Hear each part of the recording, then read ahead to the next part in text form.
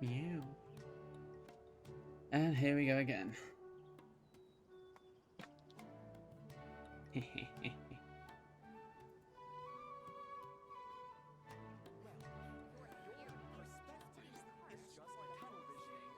Aristocratic etiquette is all just for show. Just smile and nod along. I know. I was forced to learn all of the rules by heart. Even I don't take them that seriously. Yes, I know you like that. Meow.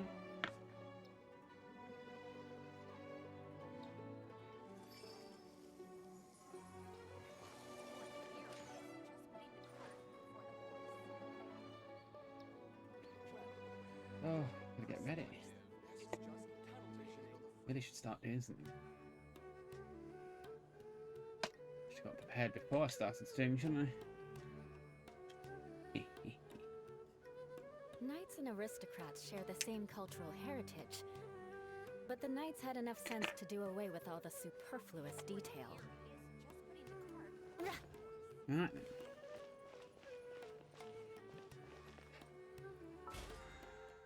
Standard login tasks.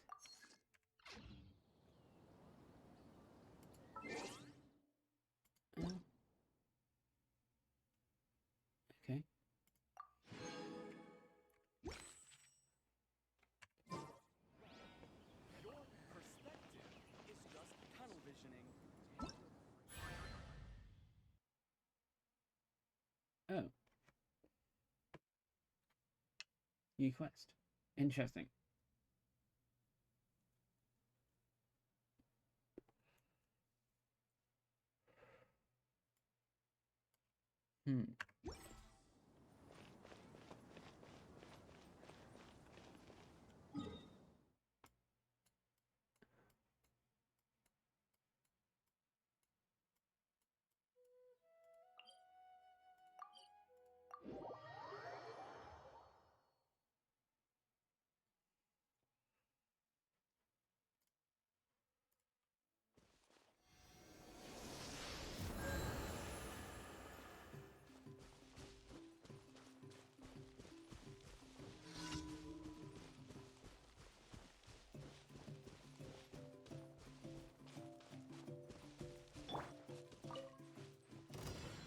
Let's do this then! Come on. Booba, get them! Shudder! Speed of light!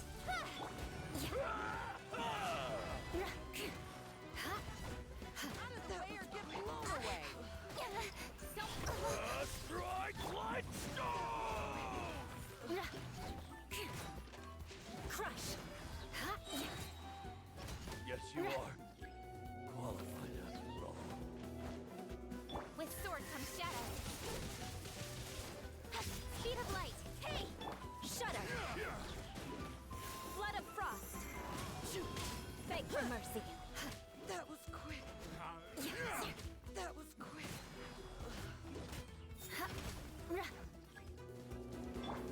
Race you. Don't blink. Shudder.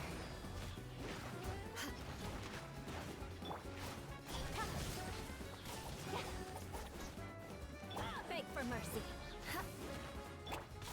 Hey! Shudder!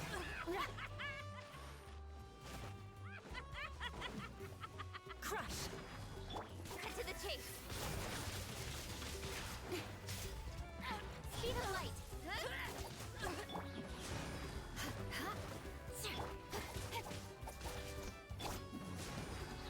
Meow. Incoming! Hey!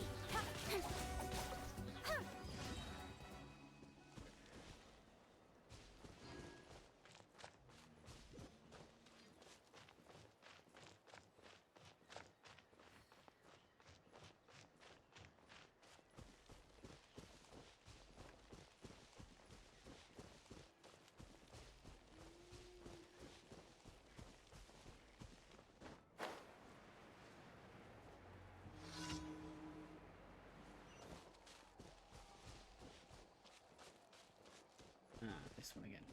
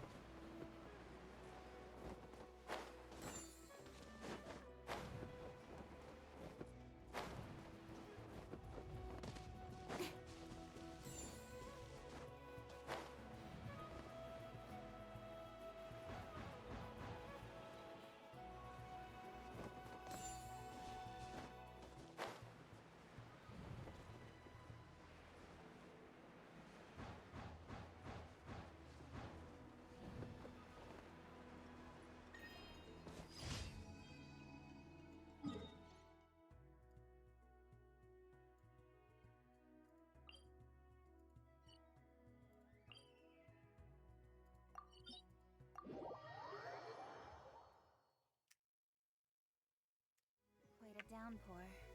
Nothing will get done until it clears. Let this be a lesson to those who yesterday said I'll do it tomorrow.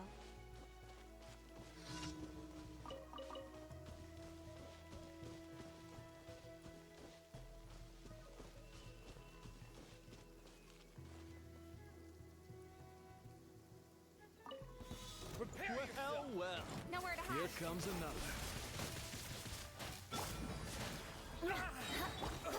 Speed of light. Shudder. Let's round them up. Vengeance will be mine.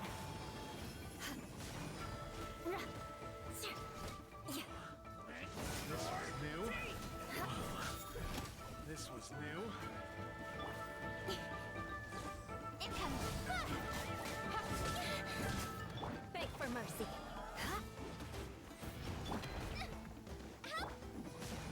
Nice and spicy. No blink. You got time. Shudder.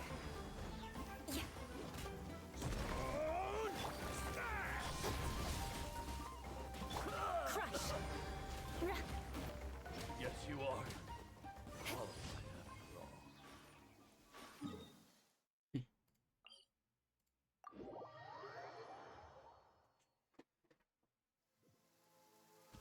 No, still waiting.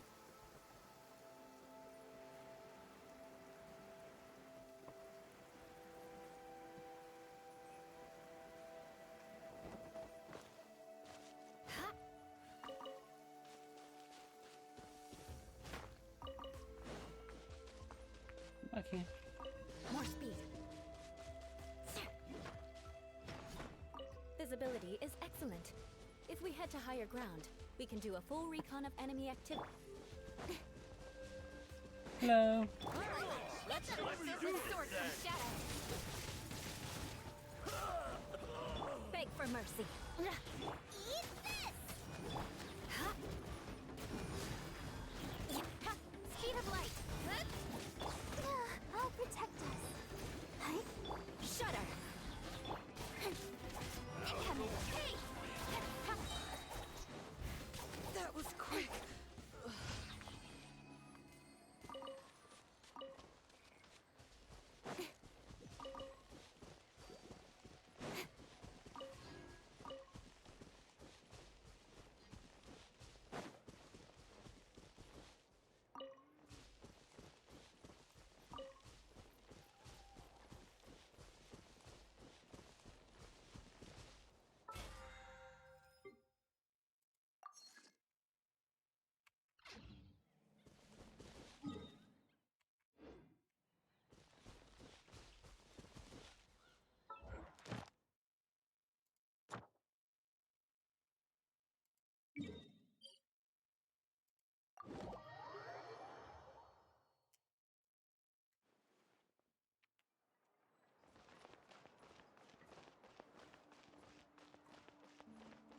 Ad Astra.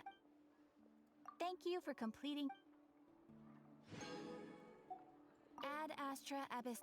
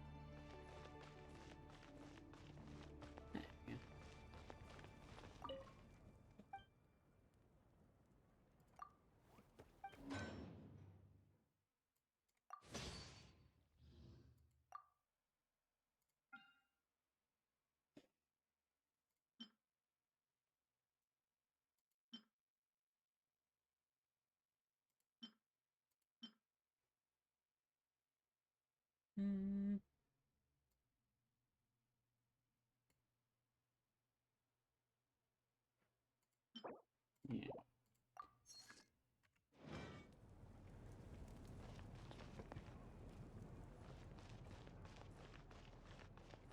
Phlogiston burning is quite a fine art.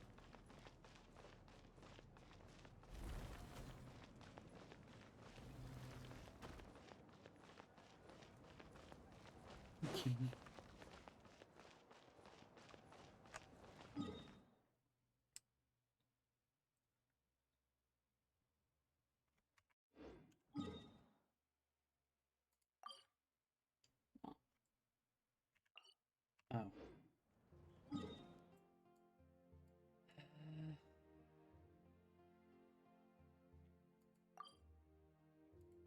Takes so long to get to this place.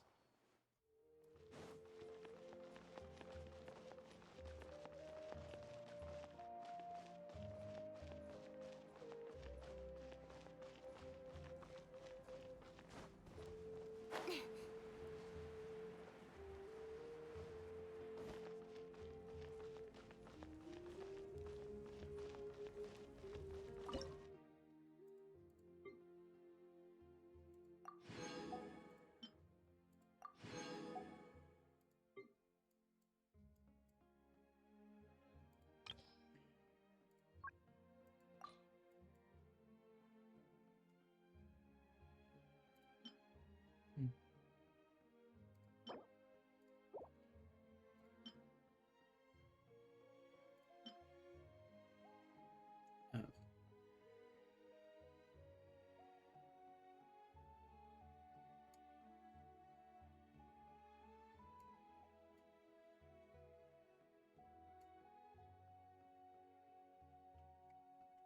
Hmm. What does it do?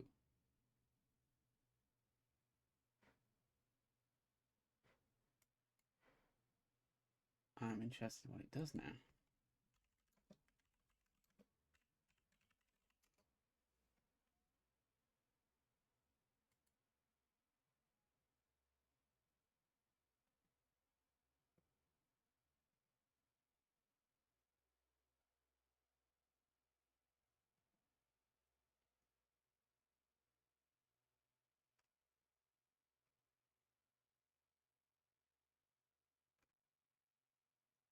Oh wow.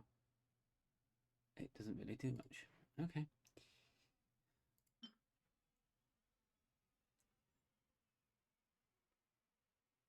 What's it looking for?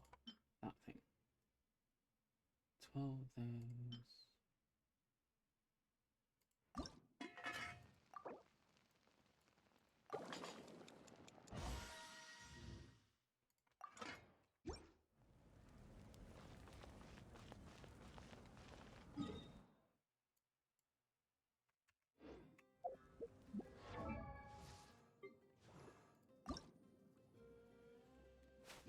Those.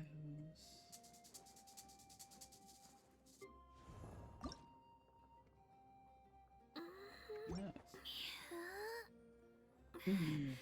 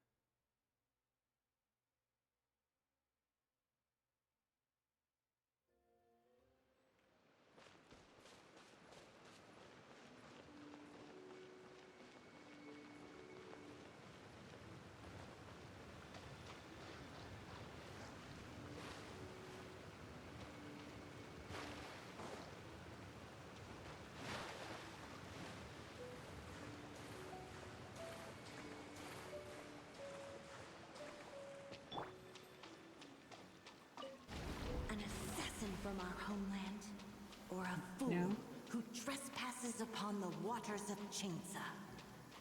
Coveting the shapes of the living, pure water can take on many forms. In this way, shall water deliver your punishment. The I should have power prepared a of heal weapon. water is its ability to take any shape.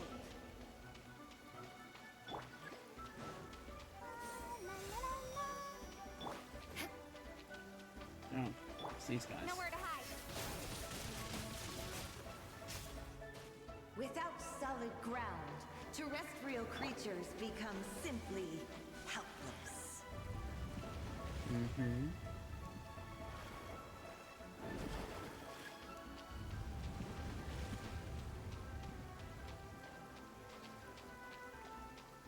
The power of water is its ability to take any shape. Don't blink. Hey! Crush!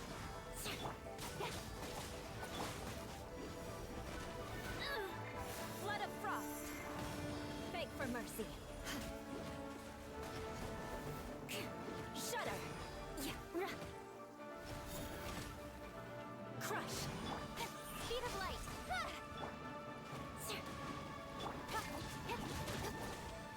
Incoming. Beg for mercy. One who is ignorant of water's treasures fails also to comprehend its horrors.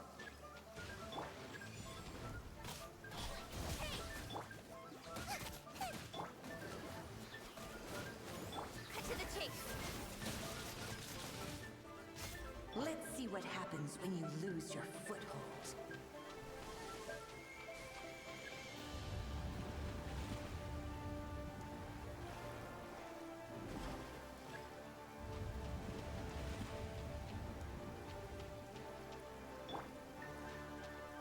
The power of water is its ability to take any shape.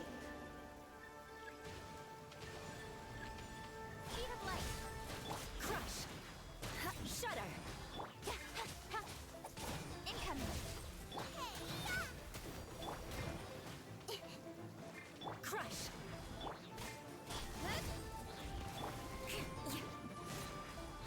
We seek but a small haven of tranquil waters. Is that so much to ask for? As long as rain...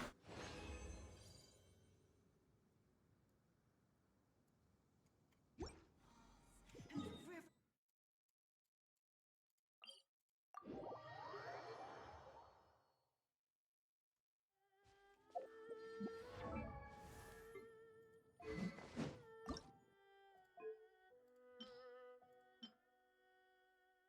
Oops, wrong one. Is it? Did I actually collect it?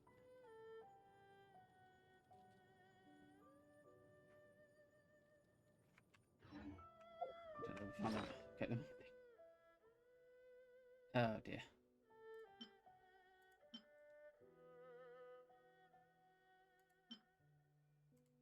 Oh, it's automatically locked. Lock it. Stupid thing.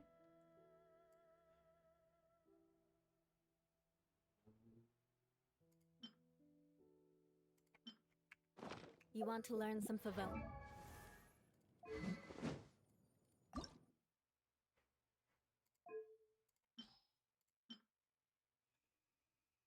Hmm.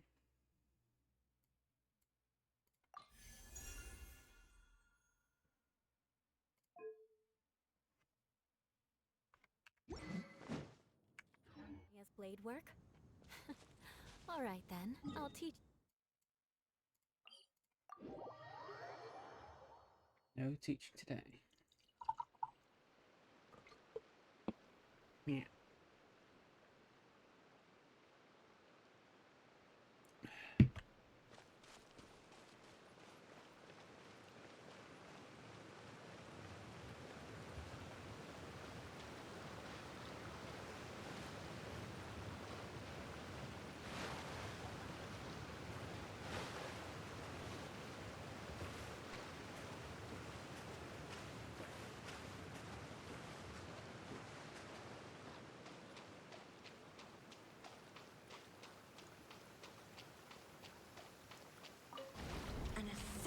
from our homeland, or a fool who trespasses upon the waters of Chingsa. Coveting the shapes of the living, pure water can take on many forms. In this way, shall water deliver your punishment.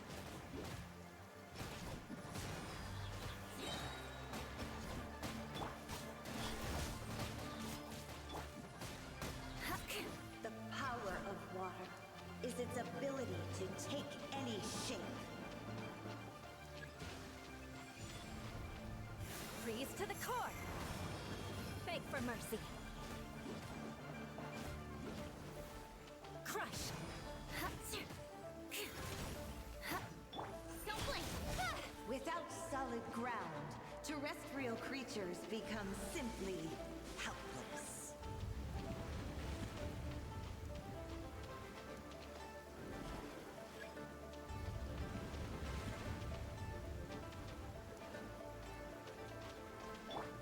The power of water is its ability to take any shape. What have we got? Come on then. Let's More all get speed. together. With sword comes shadow. Shudder.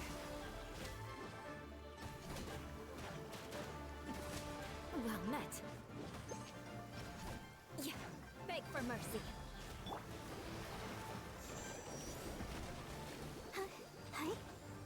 Shudder. One who is ignorant of water's treasures fails also to comprehend its horrors.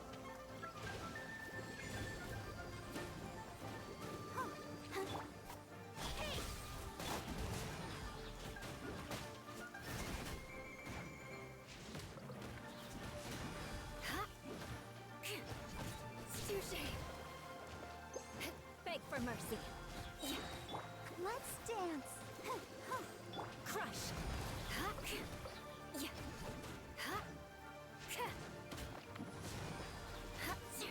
Let's see what happens when you lose your foothold. Ready, steady, go!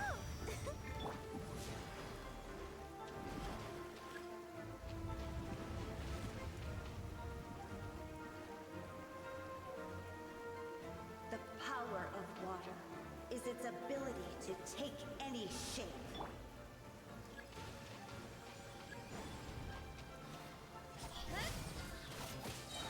Nowhere to hide.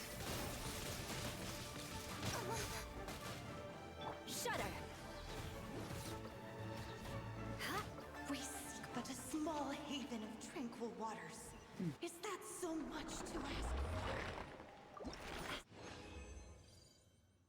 As rain falls and rivers flow.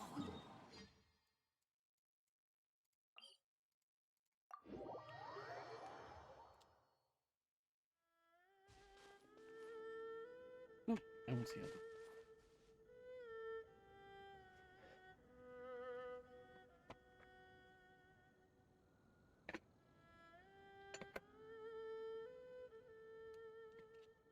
Again, it's when I'm exhausted.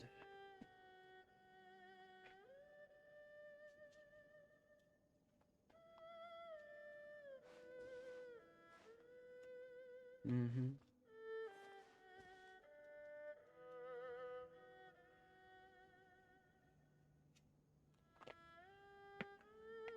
Listen to the music.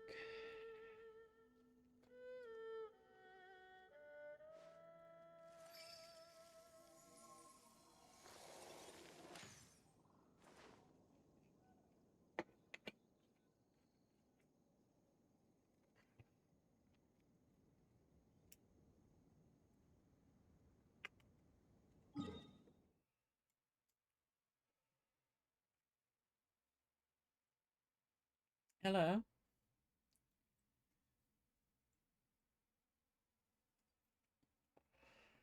How are you?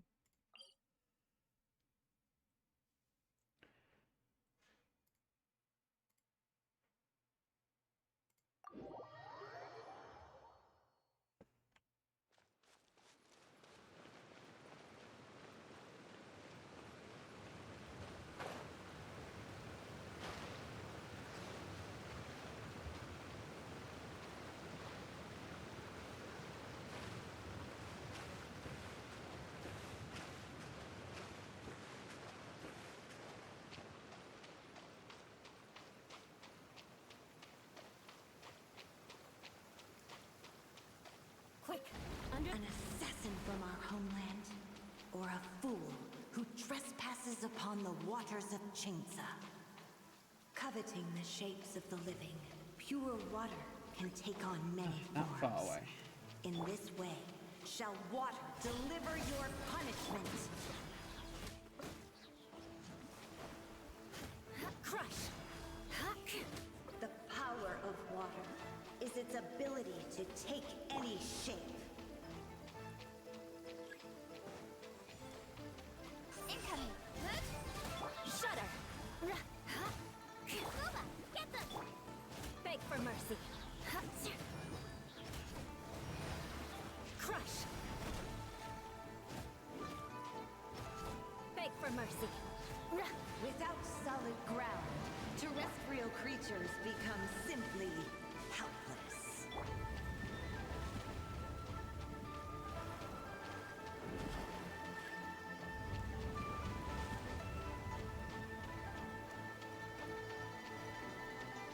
The power of water is its ability to take any shape.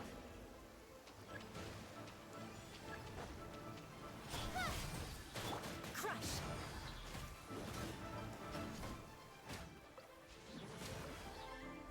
Let us go.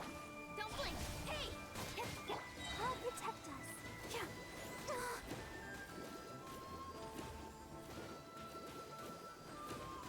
Hi. Hi. Shudder! Speed of light! One who is ignorant of water's treasures fails also to comprehend its horrors.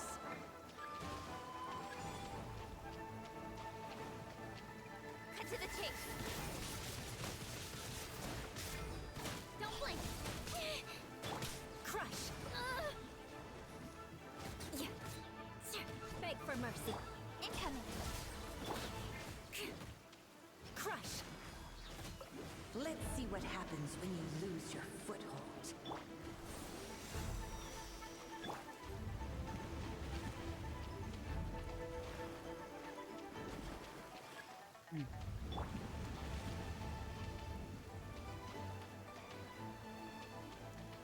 The power of water is its ability to take any shape.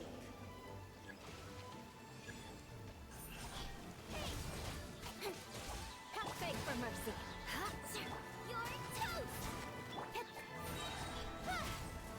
Shudder! Vengeance will be mine. We seek but a small haven of tranquil waters. Is that so much to ask for? As long as rain falls. And the river.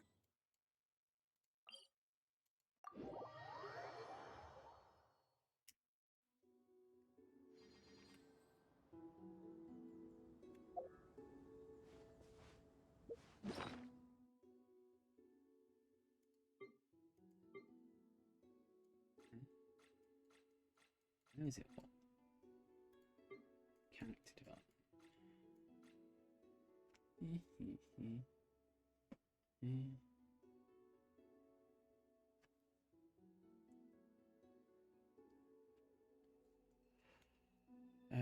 Maybe it's for.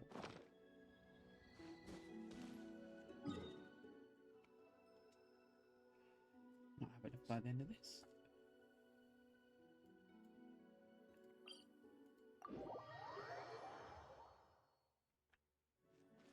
As if it's going to be nice to me.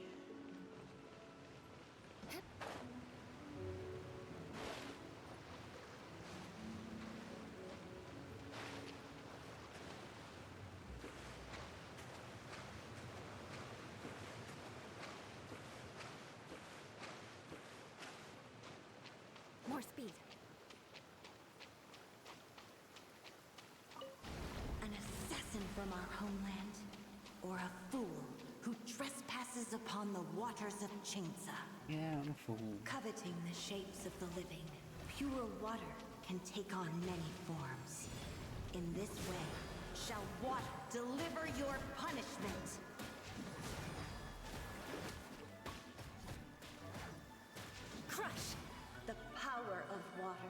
is its ability to take any shape.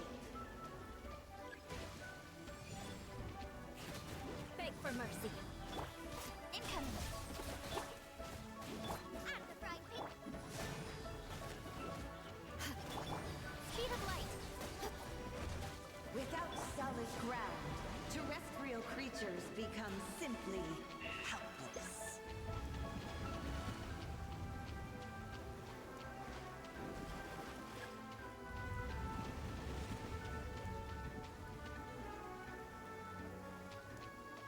The power of water is its ability to take any shape. Oh, you had to do that one, didn't you? Beg for mercy. More speed. Don't blink. Crush. Beg for mercy.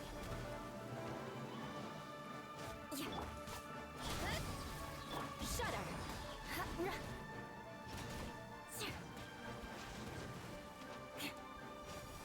Well met.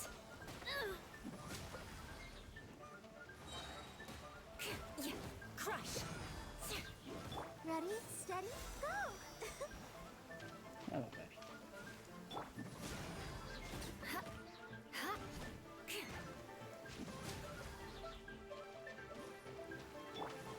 Incoming. Hey! Can't do anything about that.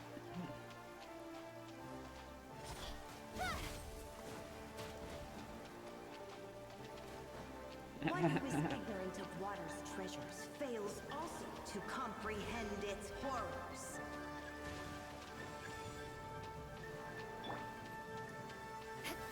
Touche. Flood of frost. Beg for mercy. Shudder.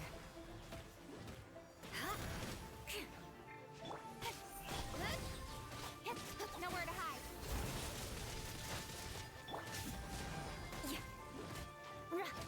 Let's see what happens when you lose your foothold.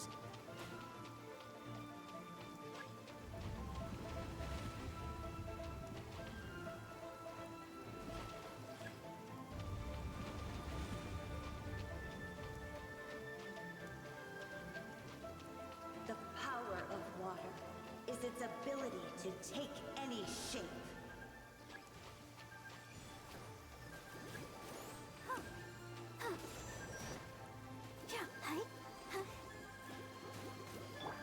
Speed of light. Hey! Don't blink. Incoming. Hey! Cut to the chase. As long as rain falls and rivers flow, water will exist forever.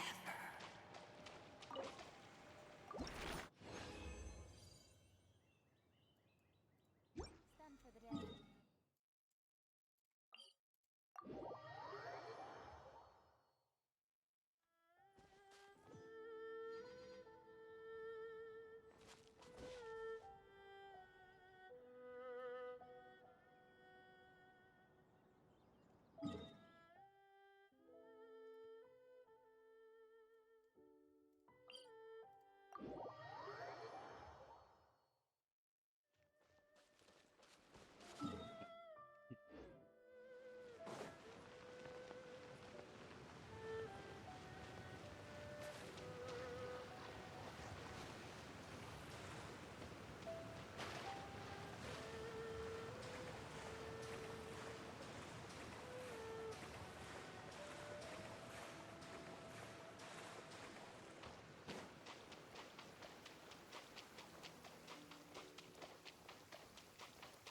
Quite a downpour.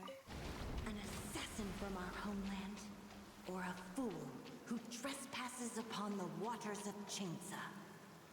Coveting the shapes of the living, pure water can take on many forms. In this way, shall water deliver your punishment. Got lucky that time. Hey!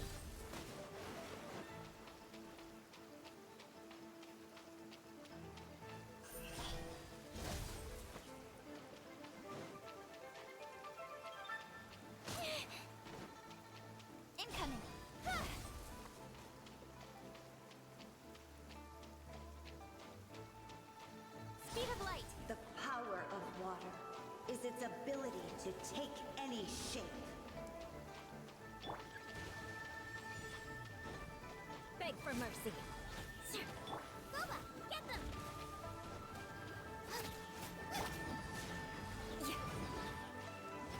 More speed.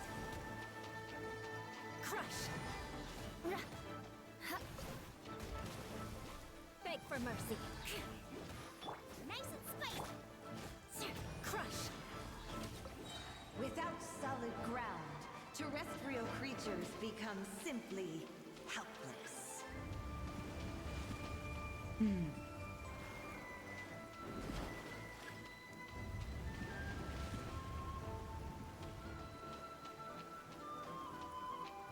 The power of water is its ability to take any shape.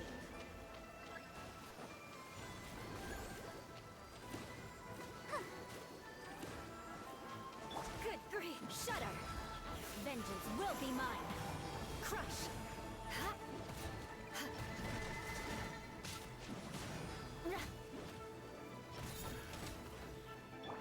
Incoming! Hey! Shudder.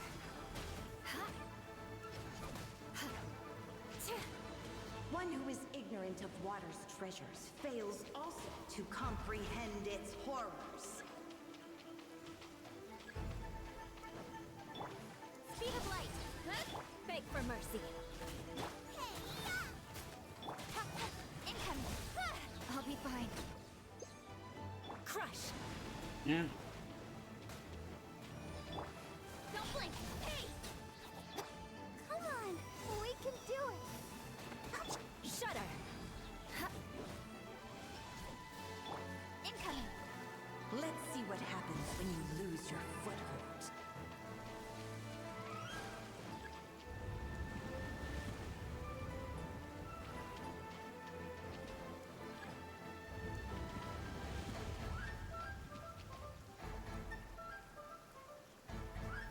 The power of water is its ability to take any shape.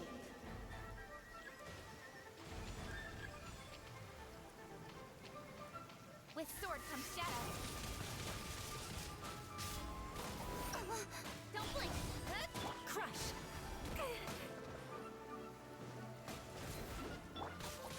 Incoming! Hey! Beg for mercy.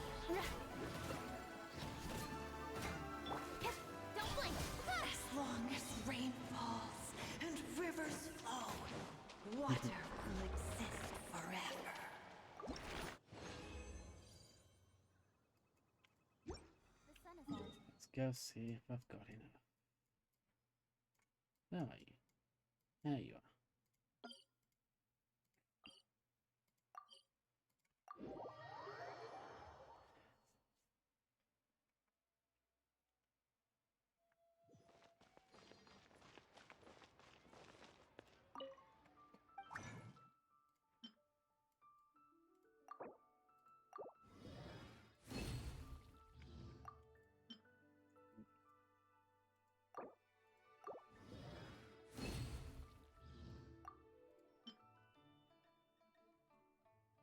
We'd make two of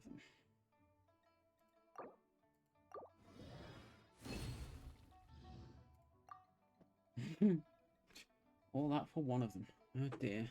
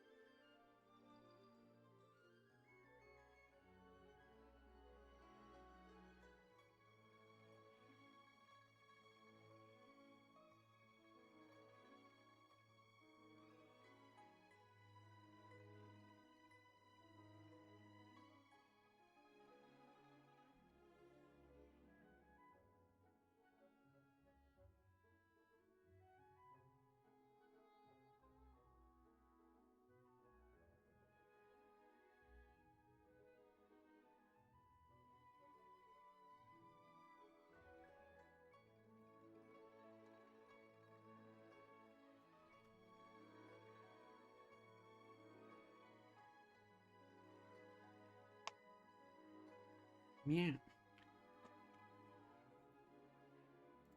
Oh well, that didn't quite go as planned.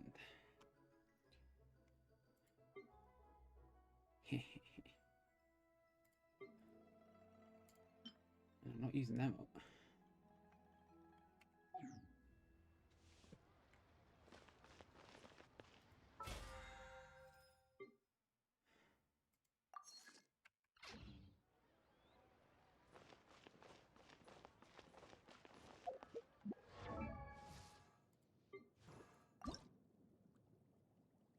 Yeah.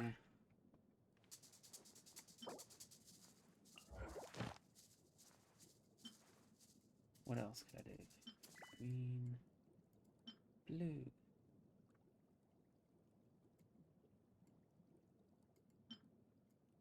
Seeing as it costs a set, don't imagine it's going to help to Woo! do a different one. Whoa, whoa! Ah. Whew. Hmm.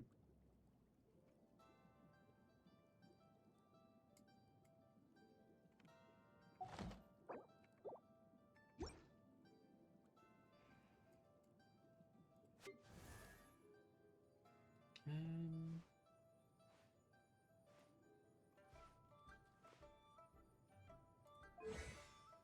what does she need to level up? That thing. She needs that. She needs that. She needs that as well.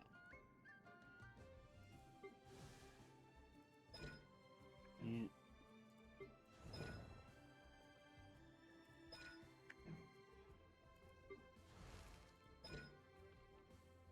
Yeah, can level it up.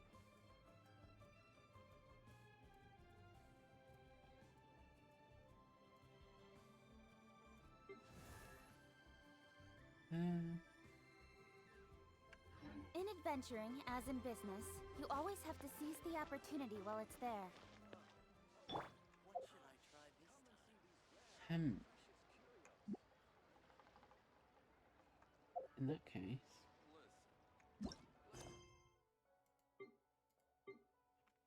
oops, Knights and aristocrats share the same no, wrong cultural one. heritage.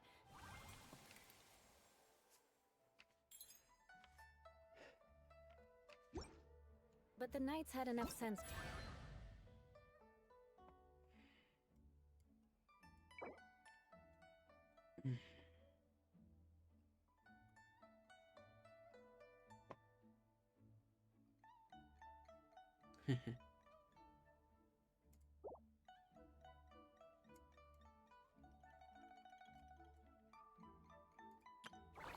Done that.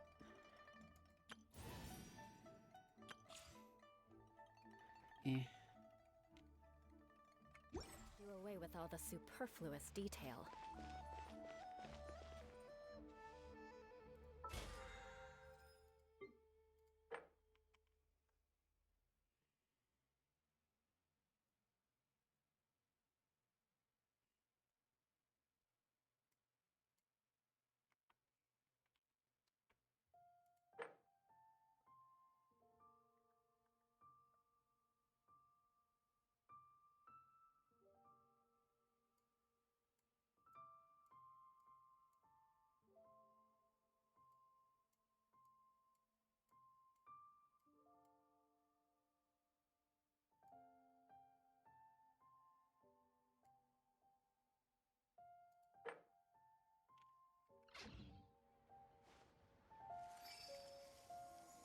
Really like this.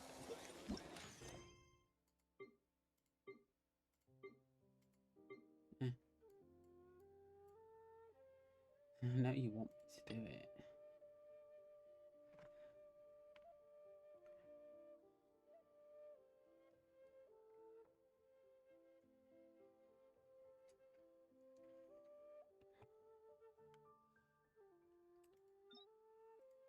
Really have the energy to do it now.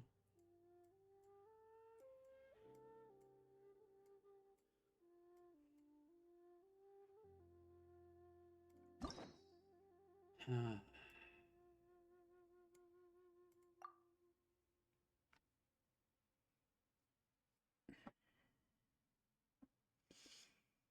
Should I unlock that? Do that story? don't think I've got the time.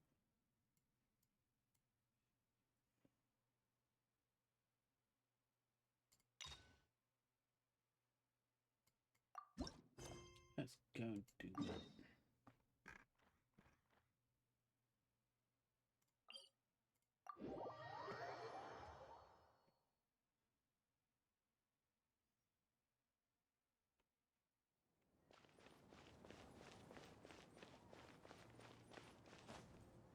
Time to scout.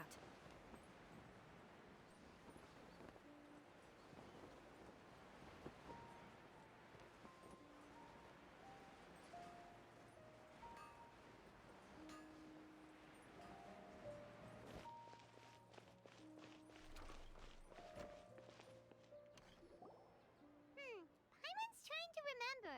What else did we put on our shopping list? Oh, what a mouth-watering smell. Paimon would know the aroma of biryani anywhere. Let's go get some. Don't We talk about can food, still Paimon. add it to the list. Well, if it isn't the Traveler and Paimon. Wasn't expecting to see you here. Really? Hello there. Oh, it's been quite a while. So you two are still hanging out together. Dia, didn't you say last time that you were gonna head back to the desert? I said I was going to resign from being her bodyguard, not that our friendship was over. We're still the best of friends. Yeah. The Homayanis also still post jobs from time to time. Their pay is always generous, so me and the other mercs never pass them up. I told Dia to just stay at our place when she took one of those jobs a few days ago. My parents were delighted. They even said that it always felt like we were missing someone whenever Dia wasn't around. That sounds like something they would say, all right. They're always so welcoming. Anyway, the job is already taken care of, so I was gonna head back to the brigade as soon as I finished a little shopping. But the master kept insisting, and I ended up staying for another day. You can stay for as many days as you want, Dia. Father hasn't even gotten around to treating you to his best dishes yet. You know I'm not the kind of person to stay put in one place like that, my lady. Don't worry, though. There'll always be next time. But she said they'll treat you to the best dishes. Paimon can't believe you can still refuse that. But wait. Didn't you say last time that you would take me on a trip to the desert? Why don't you just take me with you today, when you leave? There are so many places I still haven't visited yet. I'm sorry, my lady, but no can do. There's still a few things I need to take care of back at the brigade. Besides, the desert hasn't exactly been the most peaceful place lately. Oh, come on. Not this again. That's also what you said last time and the time before that. I know, I'm sorry. Just give me some more time, and I promise I'll plan the best trip ever for you. All right, fine. To be perfectly honest, it's not that I wanted to go, it's more like I feel like something is off about you lately. Ever since you first set foot on the estate a few days ago, you've been acting anxious and even paranoid. Have you been delaying our trip because you've run into some kind of trouble? Nah, are you kidding? You're worrying too much. Would you swear on that? Friends shouldn't lie to each other, you know. I wouldn't pry any further if you're willing to swear on what you just said. But if something really is bothering you, then just tell me. You know I'll help you however I can. Oh, looks like Dunyarzad was onto something. You're too perceptive, my lady. Seems I can't hide anything from you. I just thought that nothing good could come out of telling you about the messy happenings of mercenaries. Knowing too much only leads to more trouble. Mercenary life is a dog-eat-dog world where Mora reigns supreme. Everything operates on a completely different set of rules. That doesn't change anything about what I just said, though. We're still friends, and I can only support you if I understand what's bothering you. My lady, you're not gonna stop until you drag it out of me, are ya? All right, I'll share what I know. Let's go somewhere else first. This isn't exactly the best place for a discussion. Okay, let's talk here. Just try not to draw any extra attention. As you may already know, the Eremites have both a lot of mercenaries and a complex organizational structure. Many mercs are no different than me, just going around looking for jobs to earn some mora. My brigade is called the Blazing Beasts. We're not a large group, but every member is loyal and brave. However, not all Eremite brigades are like mine. Some are willing to cross all kinds of lines for the sake of mora. The most notorious is a faction known as Deshret's Relics. Deshret's Relics? Judging from the name, they must really look up to... Yep, you got it. I've heard that you've already crossed paths with Ain al-Akmar. They're one of the groups under the Relic's banner. Oh, you mean the group that tried to sell us the Divine Knowledge Capsule? Yeah, they weren't friendly at all. Deshret's Relics is composed of many smaller brigades like Ain al-Akmar. The Relic's headquarters issues orders to all brigades under his control.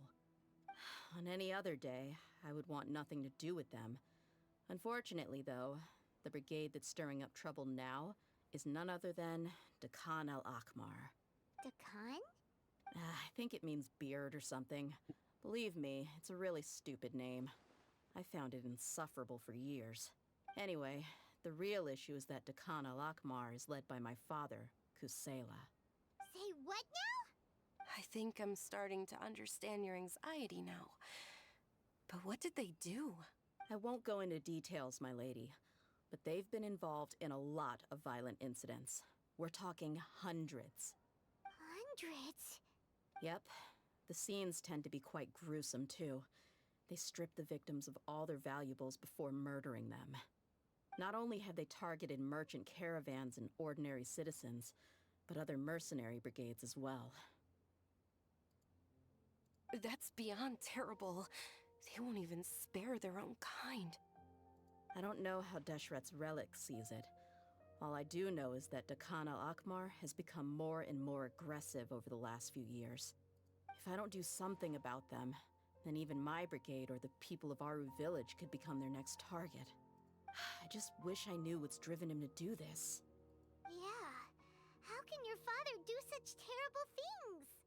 I don't know. People change. He's always been pretty pathetic. But at least in the past, there were still a few lines that he wouldn't cross. That's setting the bar pretty low.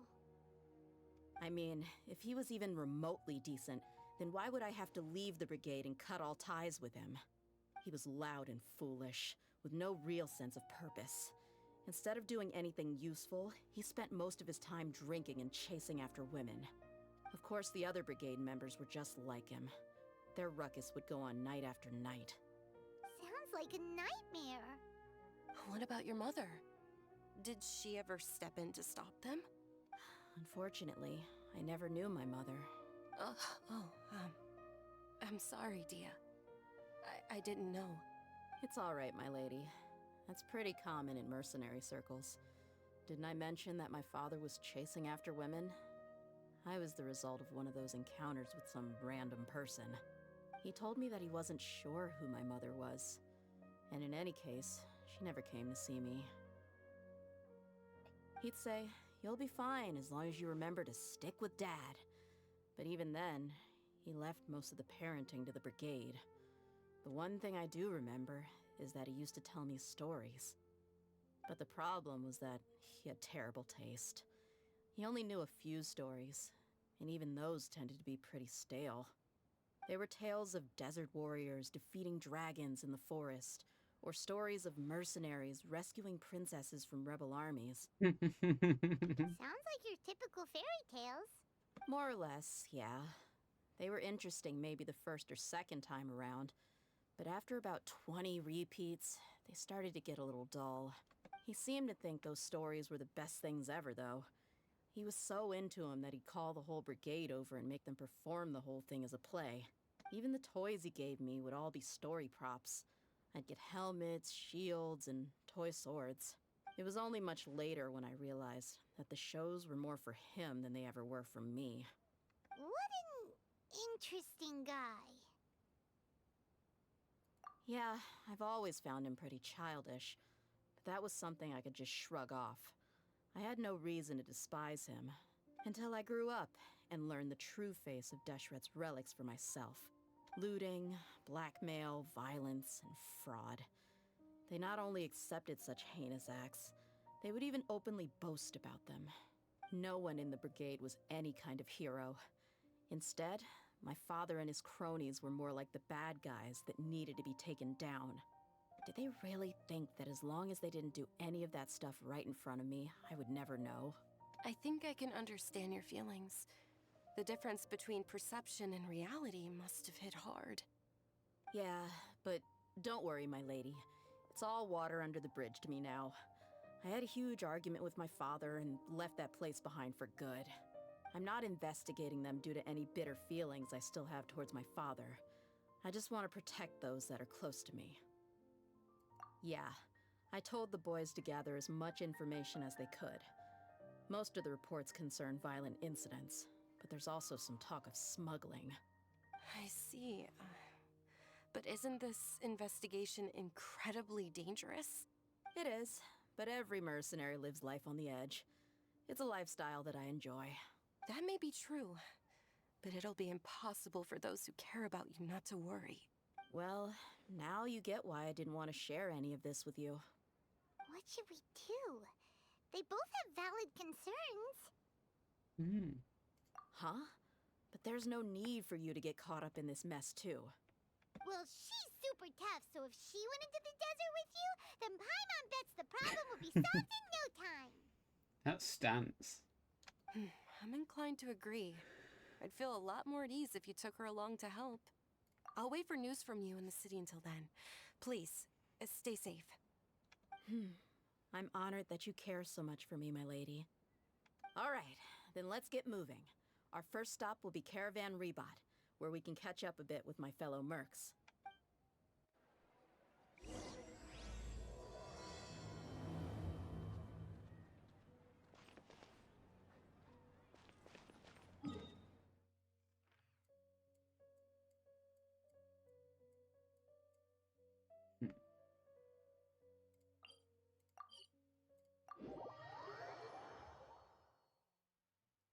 Straight to the cutscene? No.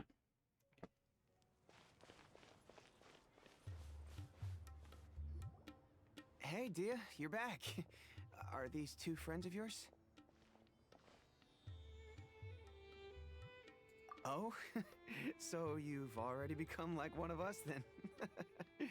Well, that's good to know. Anyway, since we've got newcomers, let me fill you in on what the Khan al-Ahmar has been up to lately. They've become extremely aggressive.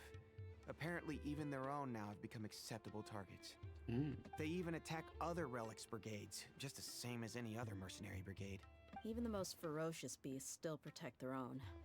But it sounds like they've thrown that straight to the wind. That's right. Once they've collected enough loot off the other mercenaries, they sell it off to a different brigade, or turn to merchants on the black market. A portion of their profits is immediately exchanged for more food and weaponry to be used in their next violent operation. That's terrible. Yeah, and it really makes you wonder why they're so desperate for Mora. A few days ago, Isham and I trailed them for a while, and even disguised ourselves as merchants to conduct trade with them. We were able to learn a few things from the exchange. Rather than saying they're out to plunder and hoard Mora, it'd probably be more accurate to say that they're experiencing an internal power struggle. Wait, a power struggle? You heard me right. The vast majority of their victims are mercenaries from the other brigades of Deshret's relics. If their only goal was Mora, they could have gone after anybody. The targeted nature of their attacks points to a power struggle between the different brigades within the relics. That's the only plausible explanation we have. Unfortunately, we weren't able to find out anything more specific. It seems they're also trying to keep things under wraps. Oh, one last thing we discovered was that over the past few years, as the Khan al-Ahmar became more and more active, Deshret's relics as a whole became a lot weaker. Sounds mighty strange to me too. Haroon, you can leave the rest of the investigation to us. Gotta say though, I didn't expect you to go on a whole undercover mission during the few days I was gone. Sounds like you were really putting your necks on the line, no? Nah, it was nothing. We're just as concerned about the situation as you are. The Khan al-Ahmar is your father's crew after all. What he said. Besides, Dia, haven't you done more dangerous things than all of us combined? What we did is nothing compared to your experiences. Yeah. And while they went to talk with Dakan al-Akmar, I took a look at the last camp they attacked. Any survivors of the attack were already long gone. There was nothing of value left in the camp. Ah, Hisham and Khalaf. You're here too. We rushed over as soon as we saw you come into Caravan Rebat. Although this new friend of yours looks a little green behind the ears, I'm sensing a special vibe from her. Now that we know you'll have a capable partner with you, we can also rest easy. Hey, what about Paimon? Feel anything special? Oh, you're also planning to tag along with them? Of course! Paimon is the traveler's most important guide. Wherever she goes, Paimon will follow. Oh, in that case, then you'd better take care of her too, Dia. Don't underestimate Paimon! Don't worry about her. She may look tiny and helpless, but she's been through just as many battles as the traveler here. Even if she had only survived on sheer luck, then that alone would still make her quite formidable. I had no idea. I guess I shouldn't judge by appearances. No, you shouldn't. Oh, one other thing, Dia. When you're free, why don't you update the deputy about your upcoming schedule? We held another recruitment event a few days ago, but everyone only came to see the Flame Mane. You weren't around at the time, so people were pretty disappointed to only find our crew of rough, unkempt guys. The deputy put a lot of effort into the event, but it was basically for nothing. Only a few people chose to stay, and that really got to him. Sorry to hear that. I'll be sure to bring him some great liquor next time. I left in a hurry and I couldn't make it back in time for the event. Gotta admit, I can understand their disappointment, though. You're our brigade's main selling point, after all. Oh, dear. Now, if only the deputy could figure out a way to bring a few more smoking hot members into our ranks. Oh, dear. Keep dreaming. Remember the last time I invited a couple gals into the brigade? You all just froze up with your mouths gaping like a bunch of scarecrows. The awkward silence and weird expressions left quite the impression on them. They were originally interested in joining us, but after that, they both told me they were too uncomfortable to stick around. Hey, didn't we agree to never bring that up again? So, what are we? Huh? Wait, are you serious? Why have I never heard about this? I don't think you were part of the brigade yet. Are you kidding me? I missed a once-in-a-lifetime moment like that, and you weren't even gonna tell me? All right. We can tell you about it later. Now's not the time. Hey, don't you try to change the subject. You and Hisham get your butts over here and tell me everything right now. Are they always like this? More or less. There aren't many rules or graces when it comes to mercenaries. We're used to just speaking our minds. If someone starts getting under your skin, you just yell right back at them. And if that doesn't put an end to it, then you just challenge them to a fight. But we also don't tend to take many things too seriously. Being direct and getting it all out of your system as soon as things come up is better than keeping everything bottled up, never talking about it. That's also why I never spare their feelings when I talk to them. If I want to laugh, I'll laugh. If I'm angry, then I'll unload on them. It's hard to stop once you get used to it. Though, I can never do that when I'm with the Homiyanis. Hey, knuckleheads! Can you at least tell me the rest of the intel before you go back to your bickering? Yeah, you hear her, Holloff? Told you we gotta focus on the investigation first. I drew up a map. Right here's the spot. There you'll find the merchant caravan responsible for getting rid of Dakan al-Akmar's looted goods. All you gotta do is wait and ambush them in the evening. They'll have no idea what hit them. Perfect. Thanks for that. Be sure to pass my regards to everyone else in the brigade as well. Will do. You stay safe, Dia.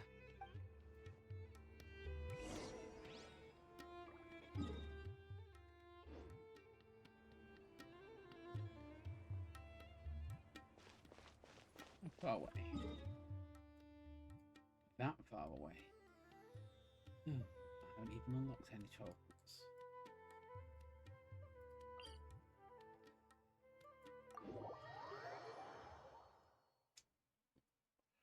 Well, while I do this,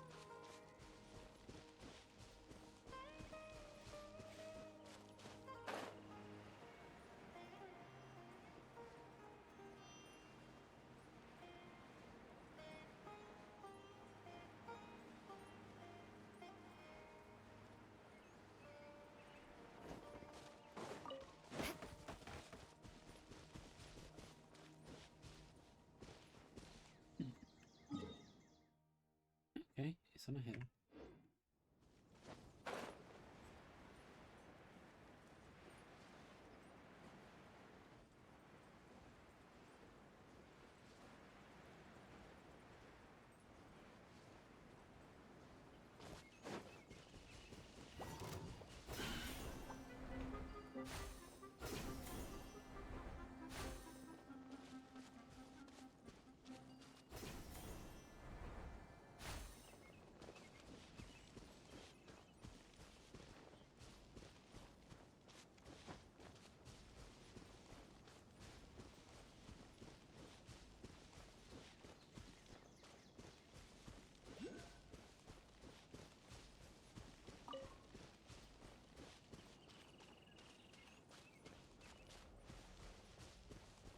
Ugh.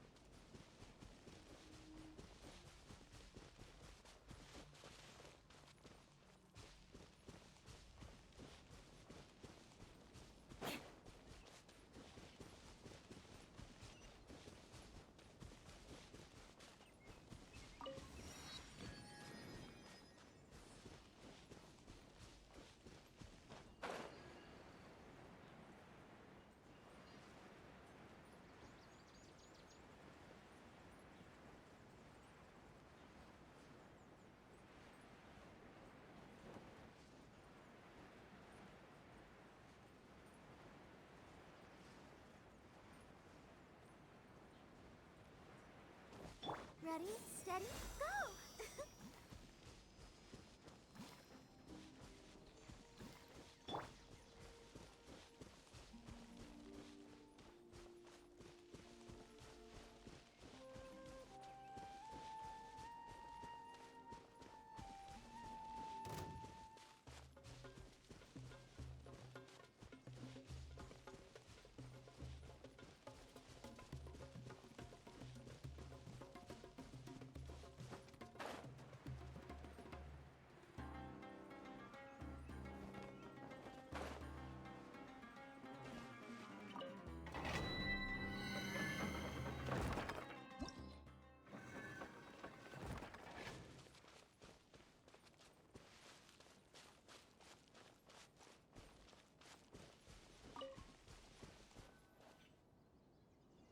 This should be the place.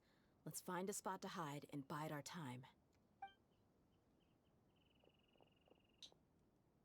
It's gonna come down to a fight one way or another, so let's all be careful.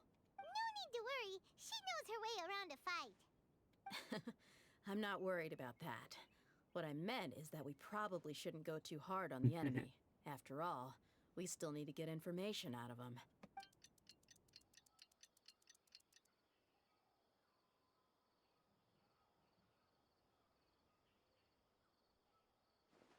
Ah, here they come. You ready? Let's not give them a chance to react and end this quickly. Oh.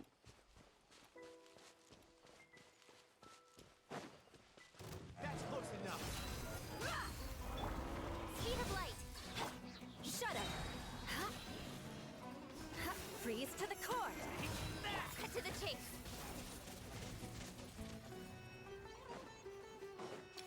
Don't blink.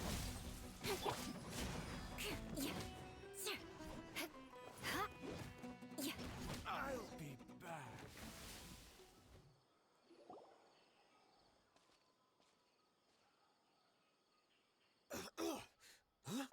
You're the Flame Mane. Good. That saves me an introduction. All right, time for a little talk. Are you buddies with Dakana Lakmar now? Tell me, what are they after? You know the code of being a mercenary just like everyone else. The first rule is to never divulge key information about our employer. What makes you think I'd talk? That might have worked on an amateur, but I know you're just looking to protect your reputation. Think about it, though. What's your reputation worth if you won't have the other tools you need to succeed in this line of work? Tools like, I don't know, your limbs or eyes? You've got 5 seconds. You might want to think twice about how much your employer's information is worth to you. Whoa!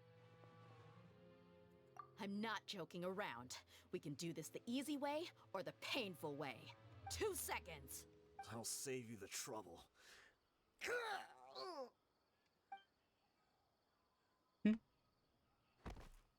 Huh? Are you crazy? He tried to bite off his own tongue. Quick, search the area for any first aid supplies. I definitely didn't expect him to go that far. Thankfully, the wound wasn't too deep, and he just passed out from the pain. But why would he be so extreme? I just wanted to test his mettle. You can get a lot of mercenaries to talk just by threatening them. I didn't expect him to be willing to go through so much pain just to deny us some intel. Well, he's out cold for now. We could wait for him to wake up, but maybe it's not a good idea to interrogate him any further. What should we do? Yeah, don't worry about it. It'll be a waste of time to interrogate him again after that. He might just hurt himself again if we start asking. There are lots of goods around here. Let's search the area. Maybe we'll be able to find something. I'm really sorry.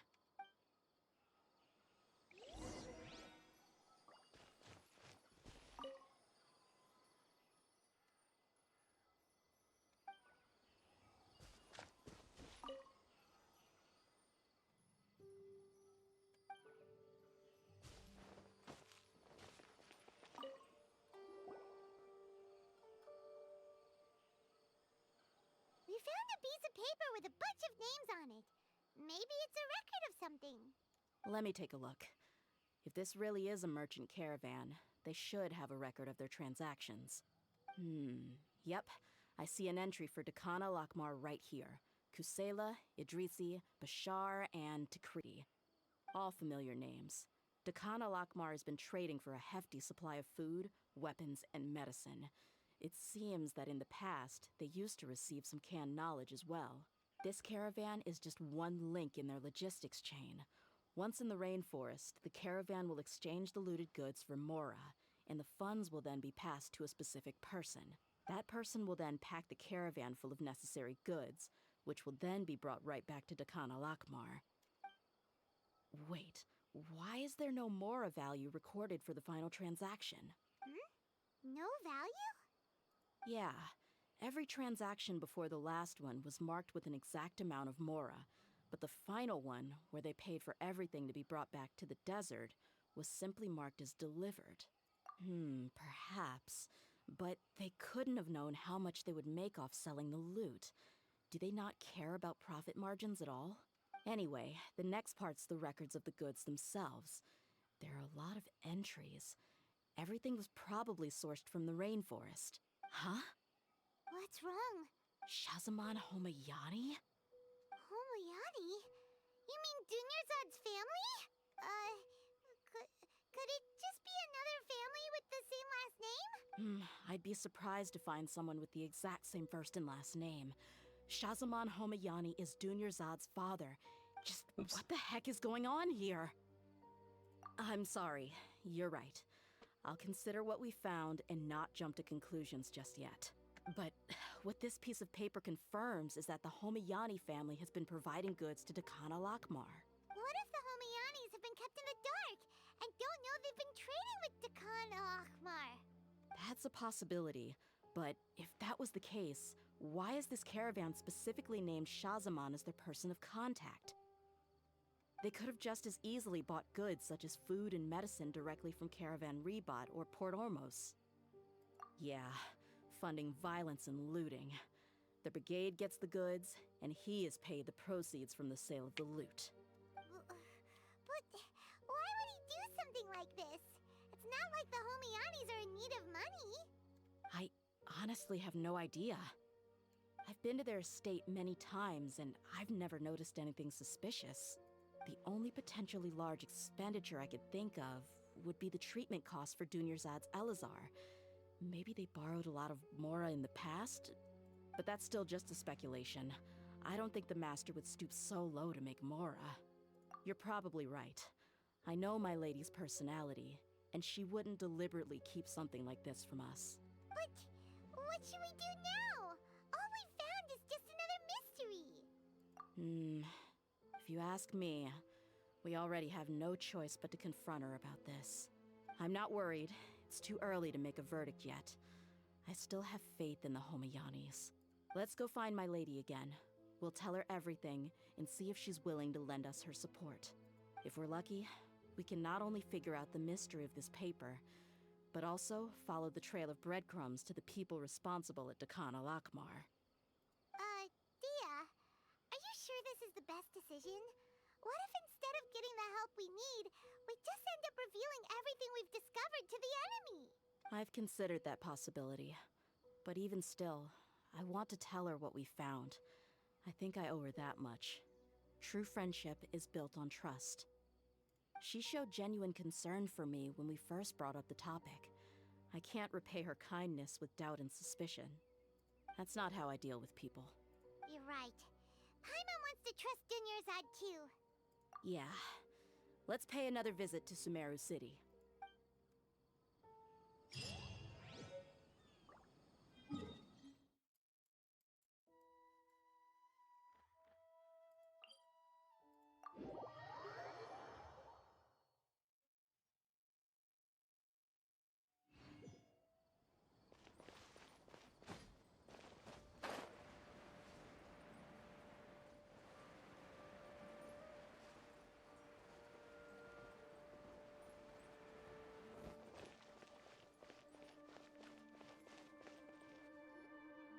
We're back, my lady. Oh, you're back a lot sooner than I expected. You mustn't have run into any trouble then. Well, how did it go? What did you come up with? Actually, we're still investigating. It's just that we've discovered something strange. I see. The clues you found have led you back here, in the city? Something like that. Yeah. You all look a little dispirited. Whatever you found must not have been very encouraging after all. Why don't you discuss it with me? Maybe I'll be able to say something to cheer you up? It's okay, my lady. It's not so much about me being upset with my father or anything like that. How should I put this? So something is wrong. Even the Traveler and Paimon have been uncharacteristically quiet. On any other day, Paimon would have already waved to me with a smile and shouted, "Dunyarzad, we're back!" So tell me, what happened? Well? My lady, please prepare yourself for what we're going to tell you next. It concerns the Master. The Master? You mean my father? Okay, I understand. Don't worry about me. I'll listen as attentively as I can. My father has been supplying goods to Dakan al-Akmar? Yeah, it makes as little sense to us as it does to you. I've never doubted the Master's integrity, so I'm having a real hard time rationalizing how he could ever support an infamous brigade like them. Maybe he's not actually aware of the full story and just stumbled into the deal by accident. I can't help but agree with the Traveler. Huh? You mean you feel the same way, Dunyarzad? Thank you for sharing all this information with me. Since you've told me everything you know, I should also tell you about some doubts that I've been harboring for quite a while. In the past, I thought that my father hired a bodyguard for me so that I wouldn't run away and get lost. However, there are plenty of capable mercenaries in the Corps of 30. Why did my father go out of his way to hire Dia? About that. Well, the Homayanis really needed bodyguards, so they reached out to the Blazing Beasts. Later, the master told me that I was one of the best mercenaries he'd ever seen, and that I should stick around to become one of his bodyguards. He offered me a pile of mora, so I just signed on. Well, but that didn't really answer my question. Just think about it.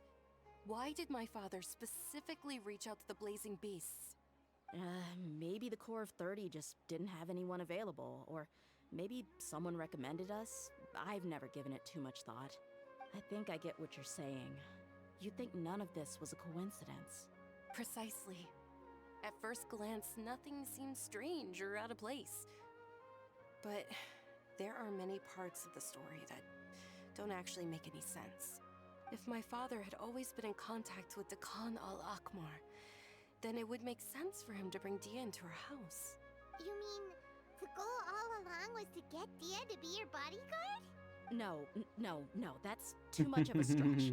I cut all ties with my father a long time ago. He has no control over my life anymore. But that still doesn't rule out the possibility that your father has still been trying to influence your life without you knowing. So, the Master was not likely an innocent victim in all of this? Sorry we put all of this on you so suddenly, Dunyarzad. It's okay, Paimon. I should actually be thanking you. Regardless of his reasons, if my father has truly been funding a violent group of mercenaries, then it's my duty to bring him back to reason. But is that really the right thing to do? My father has committed many atrocities and deserves all the punishment that he has coming to him. I have zero sympathy for him. You may call me an ungrateful child, but my feelings will remain the same. However, the Homayani family has treated me with nothing but generosity and kindness. If we decide to investigate this further, we could end up implicating the entire Homayani family. I would be biting the hand that's fed me over all these years. Dia. It's alright, Dia. If anyone were to ask, you could always just say that I'm the one who instructed you to get to the bottom of this. You don't have to do that, my lady. I'm not conflicted because I'm afraid of taking responsibility. Besides, you're the one we should all be worried about right now. Hey! It's still too early to give up hope! What was that thing about friendship again? Right, yeah, trust! You said that yourself, Dia! Besides, there's no point on getting all riled up before we've confirmed all the facts! Thank you, everyone. That makes a lot of sense. I guess I should always remember the trust that I've placed in people. In which case, my lady, could you ask the Master to come out and have a chat with us? Sure thing. I also hope he'll be able to give us a logical explanation. Let's meet at the usual place then. Usual place? Ah! Yes.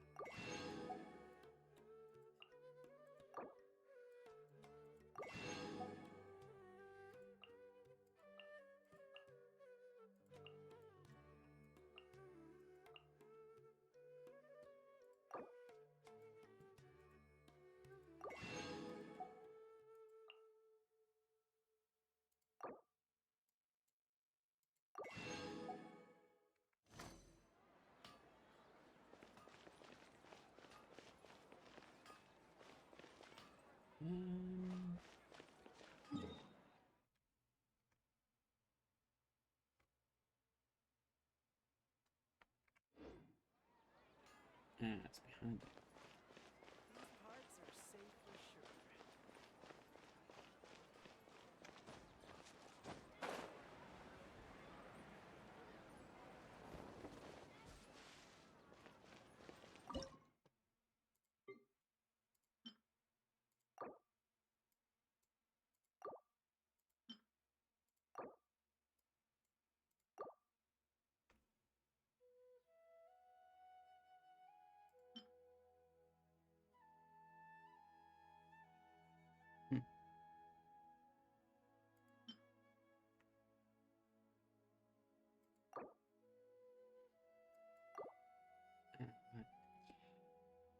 So,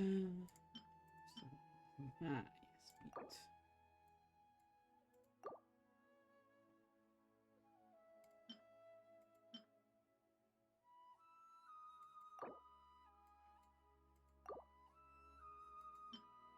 Should I?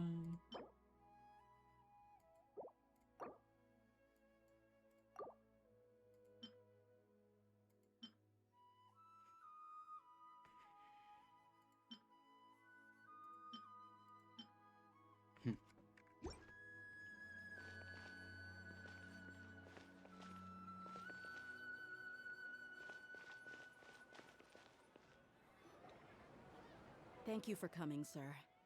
Please allow me to introduce these two. This is the Traveler, and next to her is her travel companion, Paimon. Ah, yes, my daughter has mentioned them from time to time. It's a privilege to finally meet them in person. But we may skip all the pleasantries for now. What is the important matter you wish to discuss with me today?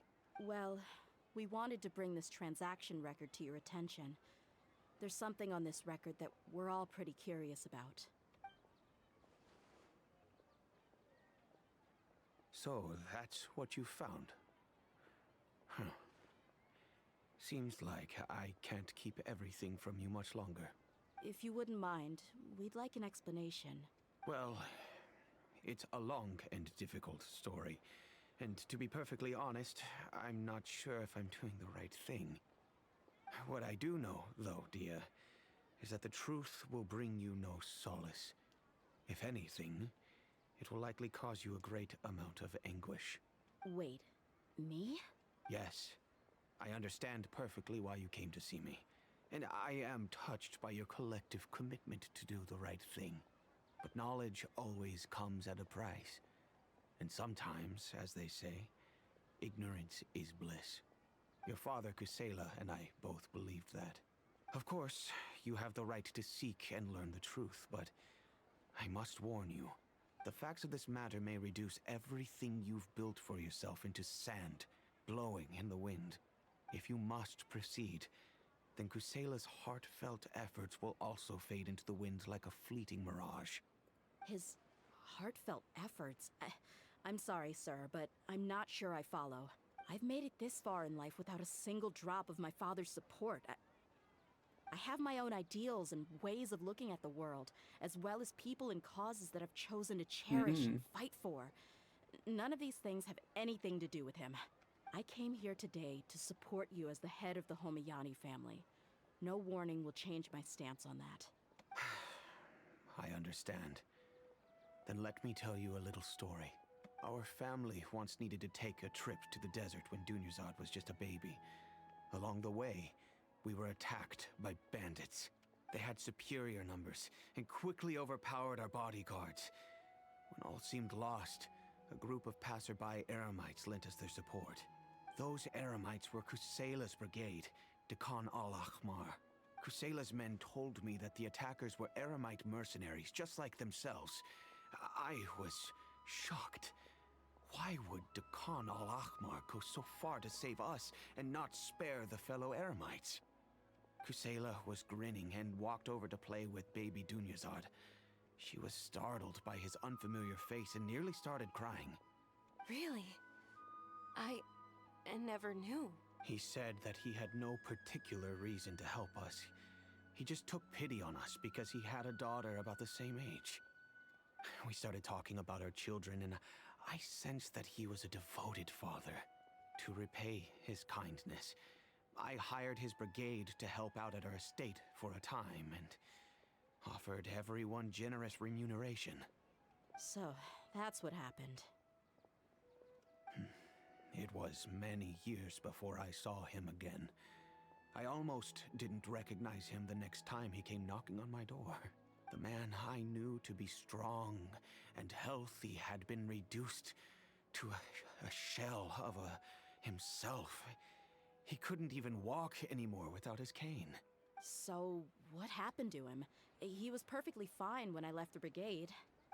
I'm not too sure myself. The only thing that didn't change was his cheery disposition.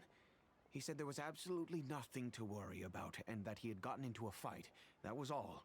He then suddenly asked me if Dunyarzad, now that she had grown, would need a bodyguard of her own. At the time, Dunyarzad was going through a particularly severe bout of her Elazar. There was no need for her to have a bodyguard when she could barely leave the house. But he kept coming back to the topic. Come on, it never hurts to be safe. How do you know a bodyguard won't come in handy one day? I was completely lost at first, until he recommended the Blazing Beasts, and in particular, a mercenary named Dia. So he was the one who recommended Dia to you. Indeed. He didn't say it out loud, but it was clear that he saw Deshret's relics as an evil group who would eventually corrupt every member in their ranks. He was already beyond redemption, but he hoped that he would be able to detach his daughter from the vicious world of mercenary life. If Dia could stay in my house and keep working as a bodyguard, then gradually her affinity for the desert would decrease, and she'd be able to leave her previous life behind. And that's why you offered her such generous compensation? Yes, but not just because of that. From the moment that he asked me for that favor, I also began to see Dia as my own daughter. And that's also why I tried to persuade you to stay when you asked for permission to leave. I was willing to spend however much it took. Kusela saved my daughter and me all those years ago in the desert. I could never refuse him entrusting his daughter to me. He was always like that, acting like he's oh so smart and self-righteous. Kusela said that he'd reimburse me for a portion of Dia's fees. I refused to take any mora from him, but he'd always send me funds anyway. Eventually, I just accepted them as a token of his gratitude. And that went on for a while until I received another letter from him a few years ago. The letter contained a request to help him buy food, weapons, medicine, and even explosive materials. Wait! Isn't that around the time that Dakan al-Akhmar started becoming more aggressive? That's right.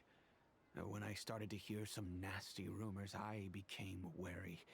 I wanted to meet him face to face to discuss things, but by then, he was no longer receptive to my requests to talk.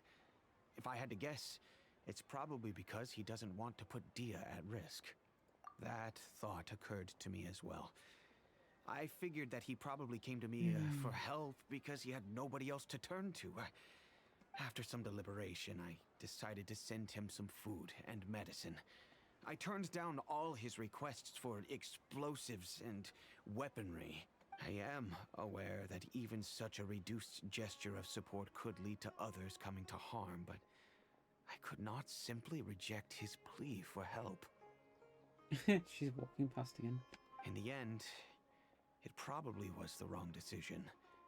I plugged my ears to the rumors and just chose a solution that made me feel least guilty about myself.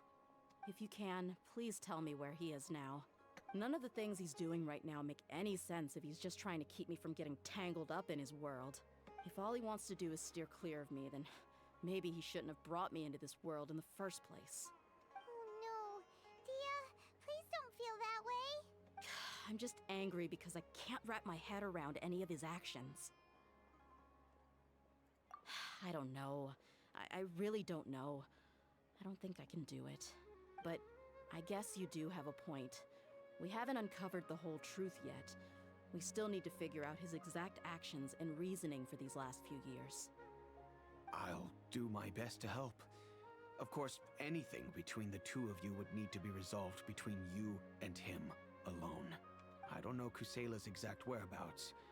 Outside of supplying his brigade with some goods, I tried my best to avoid getting involved any further with him. However, there's a man on the list named Jawed. He used to be a mercenary in the desert and is now a member of the Corps of 30. He's responsible for supplying weapons and liaising with the Dakan al-Akhmar's merchant caravan. I think he should know Kusela's whereabouts. I've heard that he likes to have a few drinks alone and enjoy the cool wind at night outside the tavern. Maybe you'll be able to find him there. Understood. Thank you, sir. Then I guess this is bye for now, unless... I'll stay and be with my father here. To be honest, I'm still a little dazed and haven't finished processing everything quite yet. My father has indeed done something wrong, but if I think about it, I'm also not sure if there was a right way to handle this problem. I feel like our only course of action is to turn everything we know over to the Core of 30 and let them render judgment. Yes. I am prepared to accept whatever verdict they choose. It's time to face my mistakes.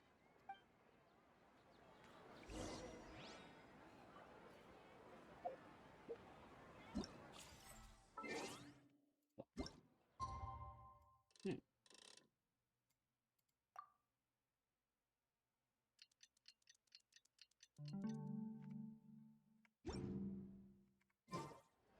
You want to learn some Favonia's blade work? All right then, I'll teach you. Oh yes, I'll teach you all right. Mark my words. Huh? Who are you guys? I know what you've been up to. Smuggling weapons to violent brigades in the desert while working for the Corps? Pretty bold, if you ask me. Shh! Keep your voice down. How do you know all that? Come with me. We should take this elsewhere. I'll be happy to talk things over once we're somewhere private.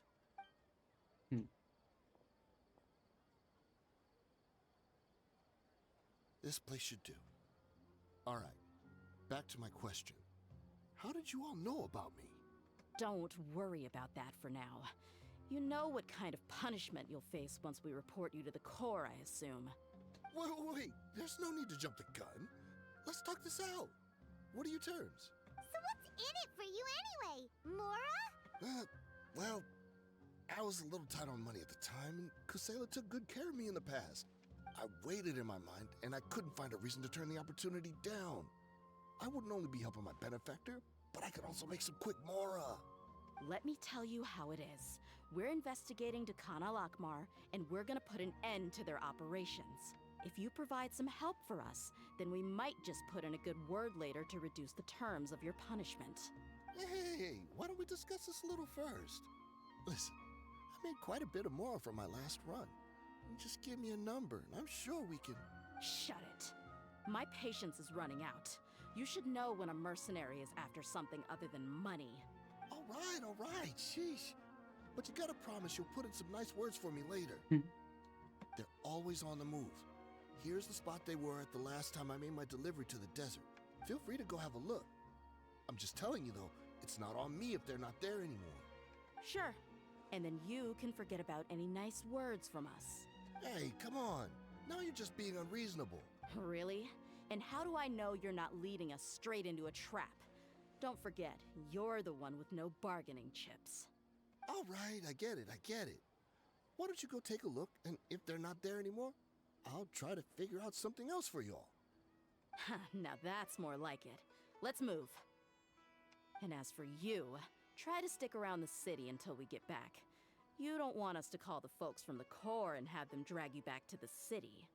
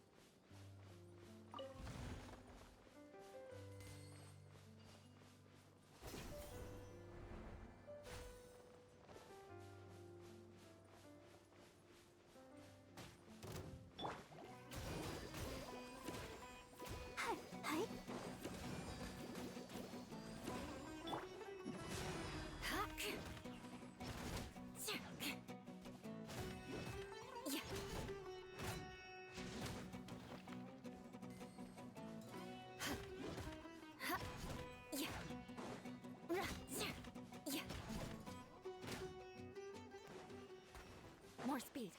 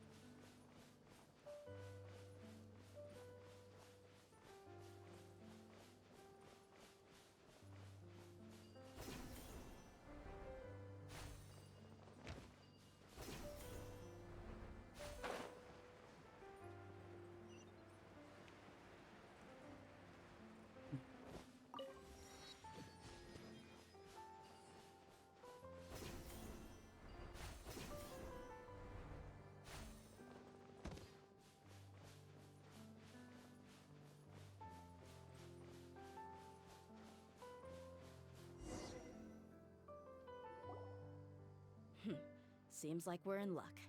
That should be their camp right up ahead. Let's go. We'll finally get to the bottom of this ourselves. I'm here to see Kusela. Tell him to get out here. Tia, why are you here? Crush! Speed of light!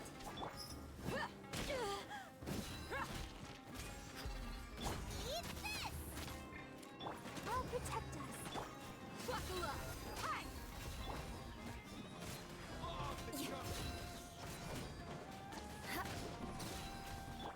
Don't blink! Where do you think With sword comes shadow. Haven't you all done enough? Oh, so are you also here to stop us? Stay out of this. It's got nothing to do with you.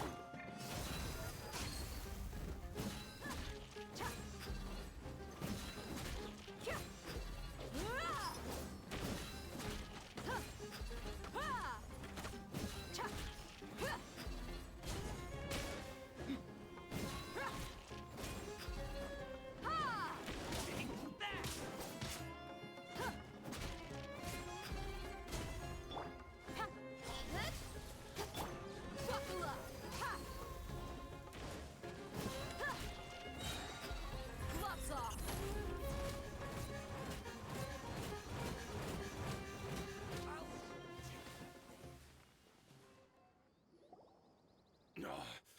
She's so strong. Enough fighting. We all know each other, and I don't want to take things too far. Just bring Kusela to me. There's no use hiding him anymore.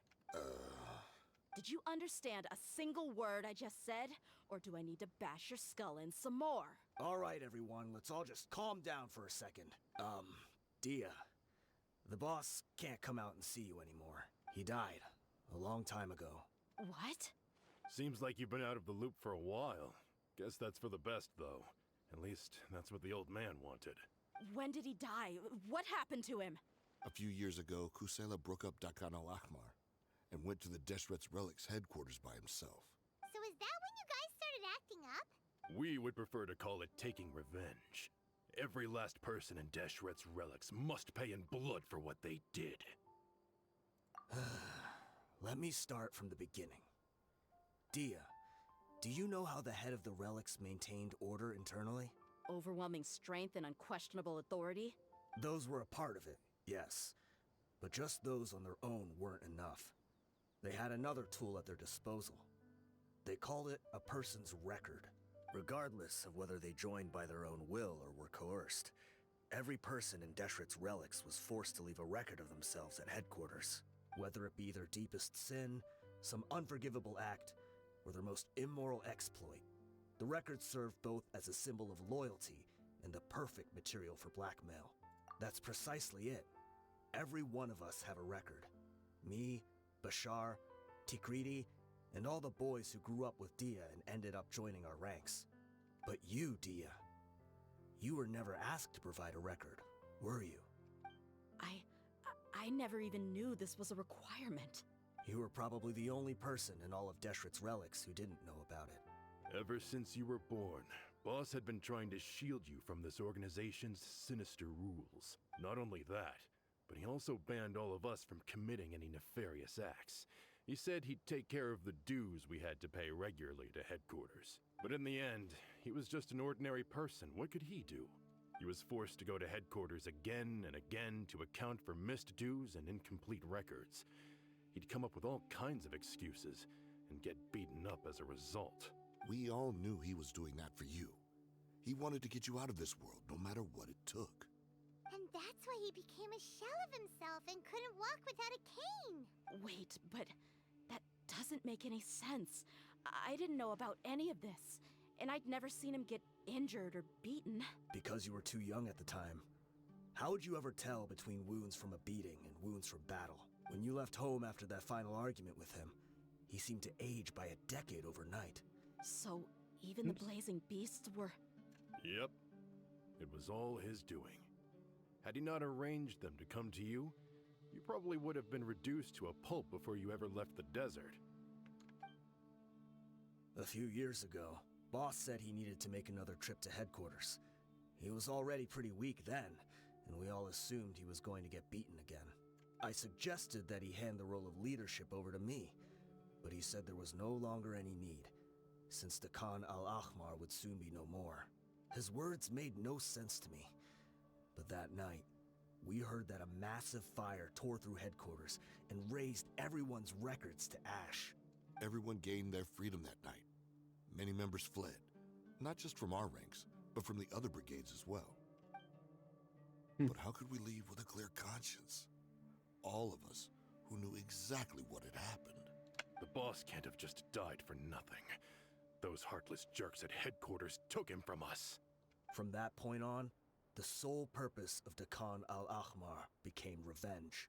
The big fire that Boss started was quite a blow to headquarters' strength. It's given us the opportunity to launch our attack.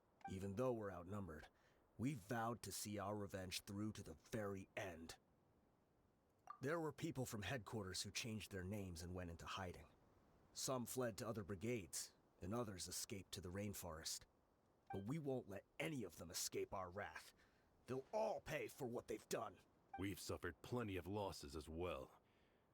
To keep going, we need an enormous amount of supplies, from food and medicine to weaponry and explosives.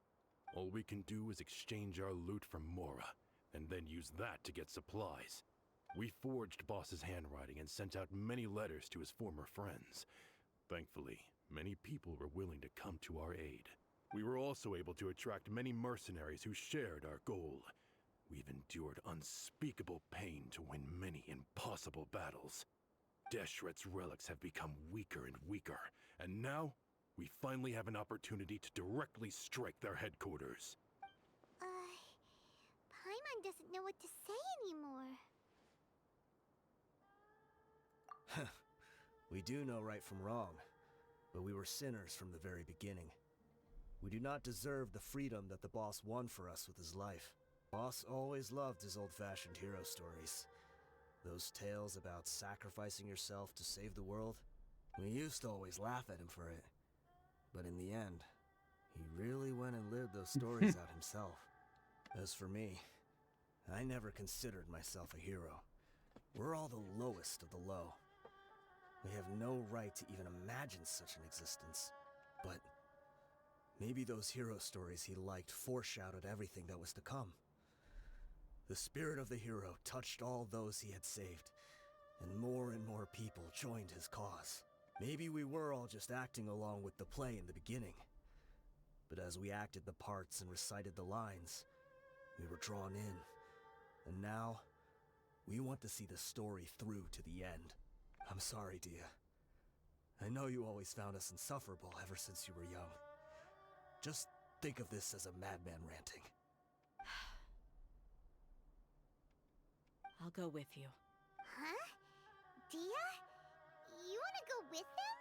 I grew up with these guys, and I know they're not bad people.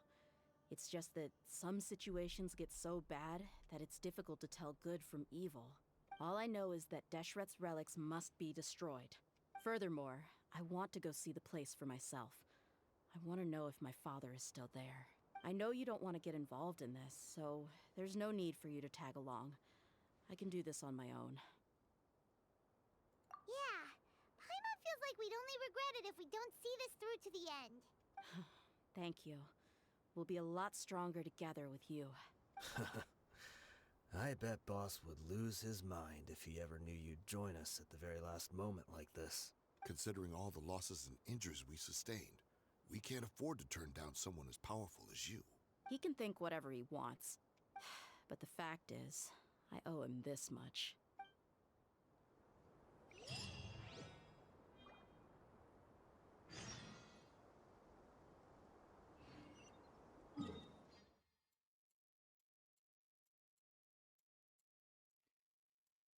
Another load of things I've not covered. Great.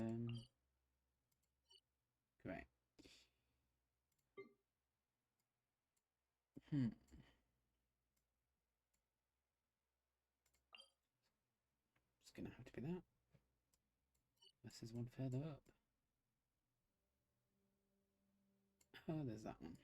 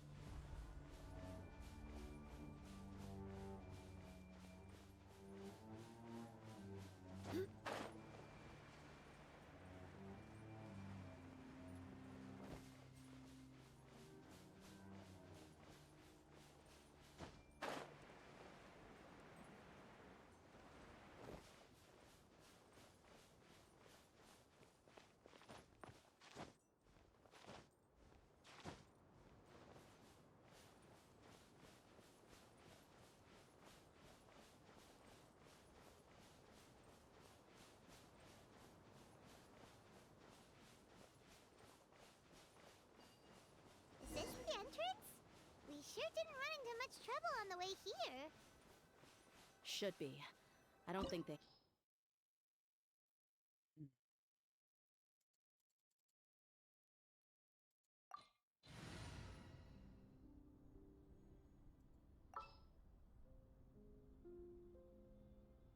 Do I need Dendro? What do I need? Fire.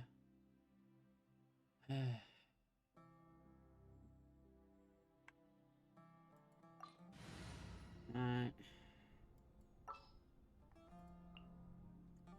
Traveler it is. There's still a long road ahead.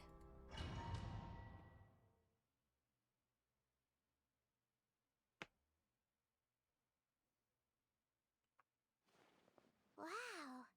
Paimon didn't expect it to look like this on the inside. They should all be holed up in here.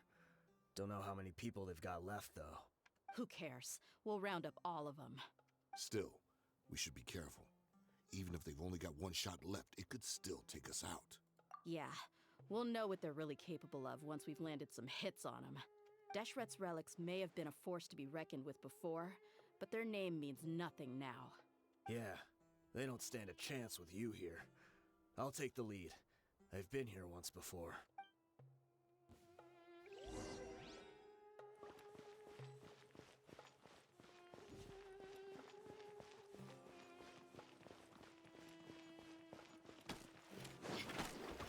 You are not welcome. Hey!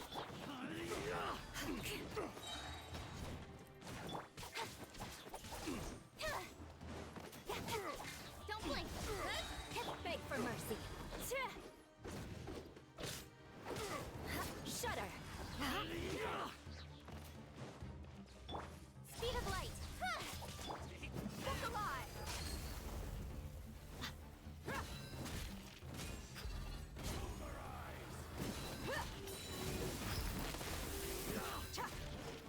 Crush! Booba, get them!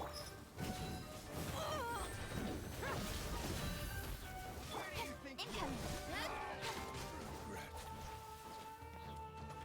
I'll be back. Take that!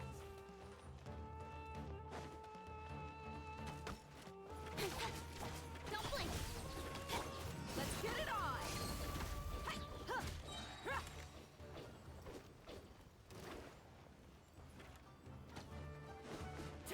Dead meat!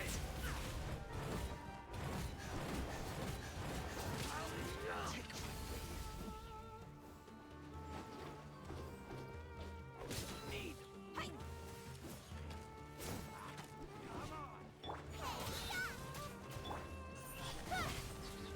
Shudder! Crush! Nice and spicy!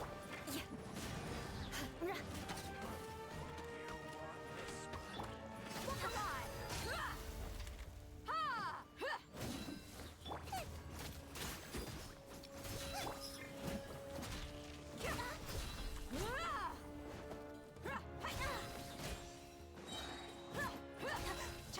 I'm getting beg for mercy. Out of the frying pan, into the fire.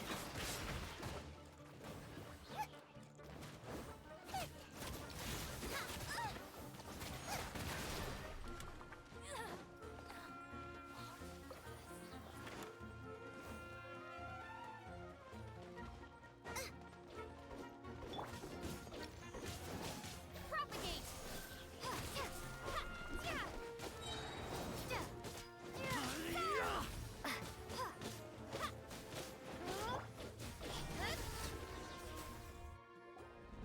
This way, follow me. We're almost there. Wait!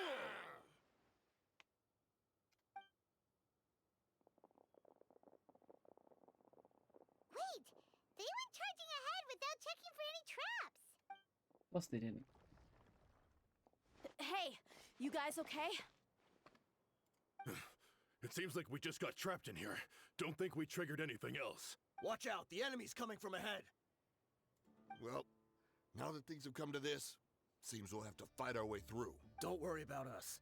We knew something like this could happen. Go and take a look around. There could still be another way through. Let's go! We can't let the boss down! Let's check if there's another way! The sooner we can make it through to help them, the better. Let's see. I think I see a way through over there, but it's being blocked by something. Let's try our luck with that mechanism. Okay, let's go!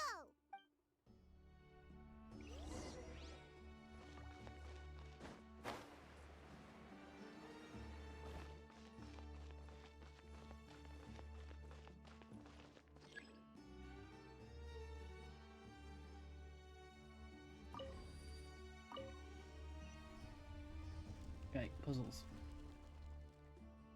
Ah, time for the toilet.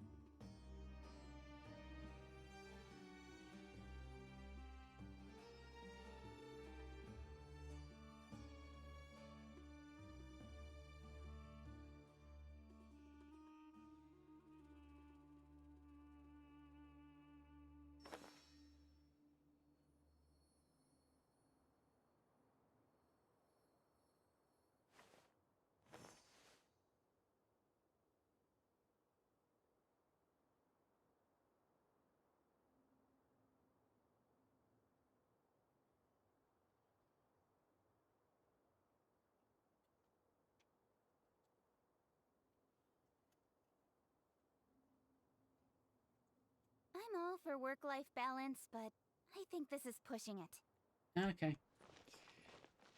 Pushing it.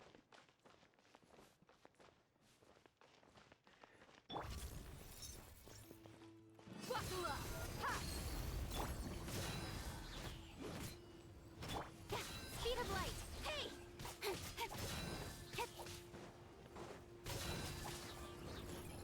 Cut to the chase!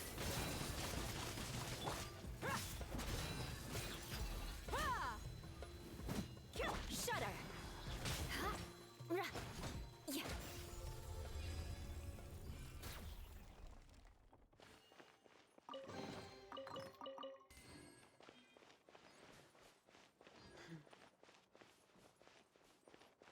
Another mechanism like the one before, but this one's being blocked off in the middle. We just need to adjust it a little.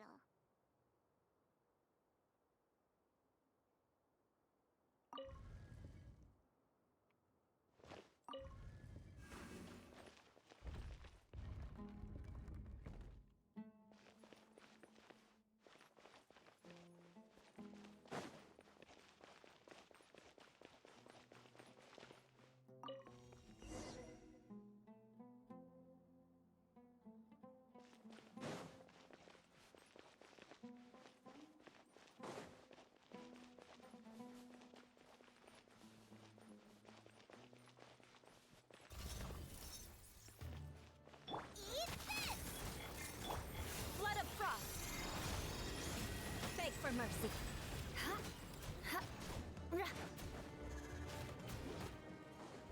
Shudder! Yeah. Look alive! Beg for mercy. Shudder! Beg for mercy.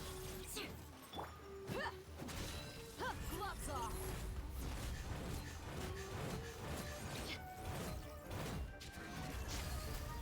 Let's get it on! Hi! Ah!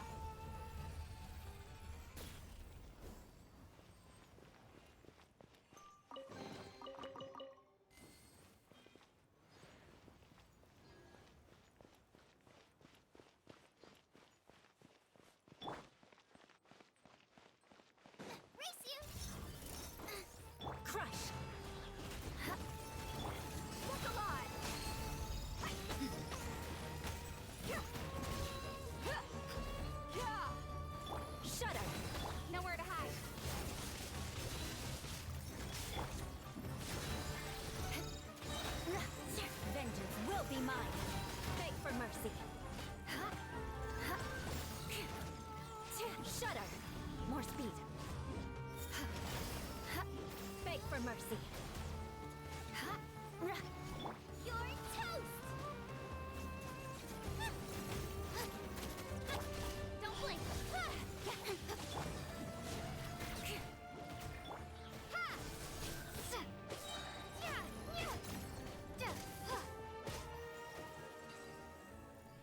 Hmm.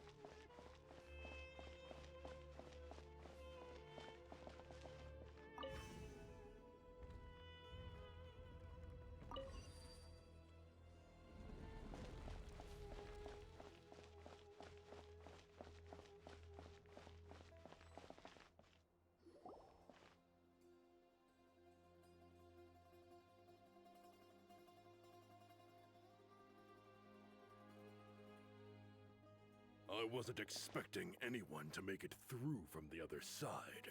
But as a desert dweller, I suppose we should be used to our folks defying all expectations. Don't waste your breath.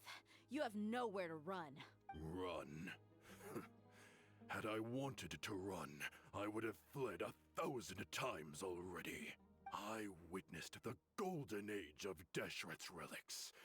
Even if I could leave this place behind, all that awaits me now are endless days of humiliation and ruin. Even now, my brothers and I still believe in one thing. The greatest should never live to remember their fall. So you want to go out in a blaze of glory? Let us draw our weapons! We will show them the true power King Deshret bestowed upon his followers. They are but two, while we hold within ourselves the entirety of the relic's glory. Wave one, charge! Eliminate them! Where do you think you're going? Cut to the chase. Crush. Hey! Beg for mercy. More speed. Where do you think you're going?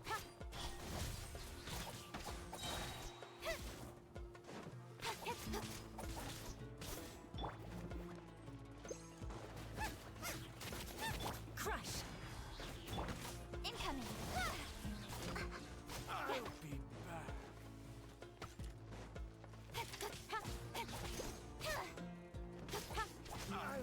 You don't think that you've won. We're just getting started.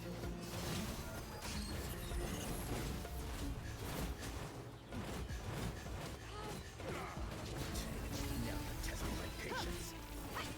Eat this! Shudder. Touche. Beg for mercy. Regret. Shudder. King Deshret will not abandon any one of his followers. To the core. Crush.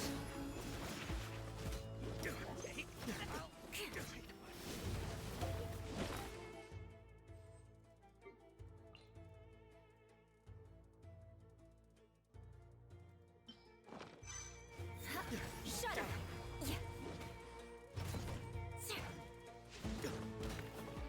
Crush.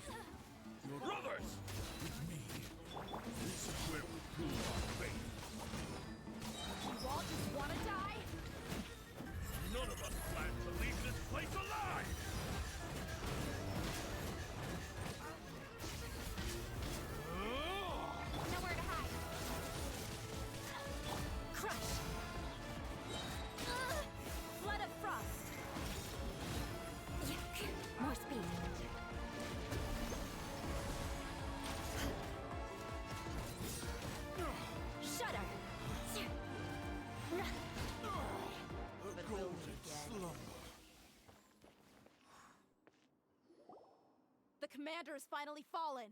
But they're still coming at us! This place is like a gladiator's ring. They just keep coming no matter how many we beat! Yes! Keep fighting! There's no need to fear, and no need to back down! This is our last stand! When the next wave comes, try to draw away their attacks. I'm going to see if I can take out that high platform.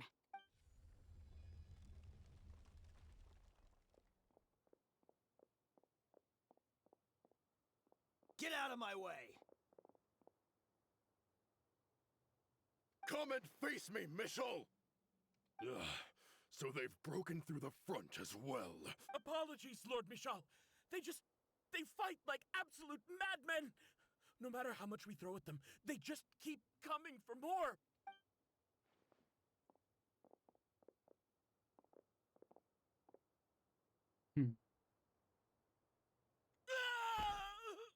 So, it would seem like this is the end. Time to pay for everything you've done, Michel. You think I would give you that opportunity? I will be buried in the sand, alongside all the rest of our fading glory. Hey, wait!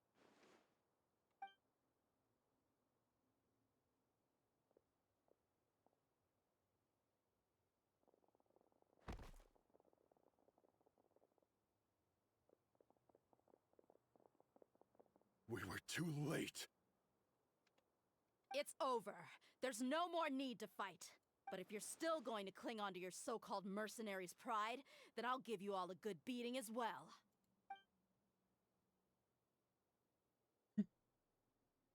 They changed it. Hey, Dia! I found the mechanism. I'll get you all back up here right away.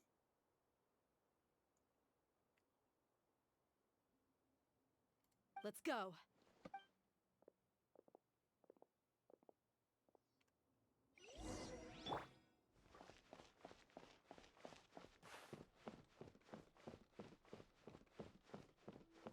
Yeah.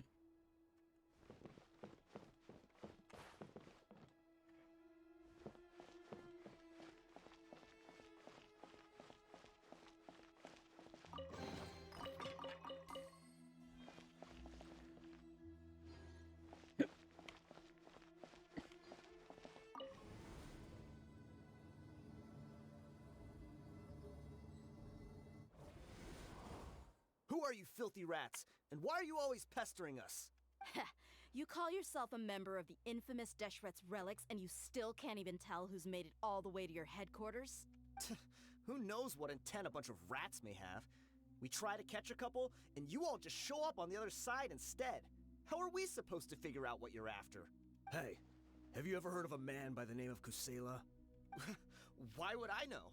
It's not like I'm in charge or anything. This is your last chance to talk. Hey, I said I don't know anything. I'm just an average member here. I'm telling the truth. If you're here to find someone, why don't you look through the records yourselves? Who can remember every name and face with so many people coming in and out every day? The irony. His life became a light for so many, yet to others, it wasn't even worth remembering.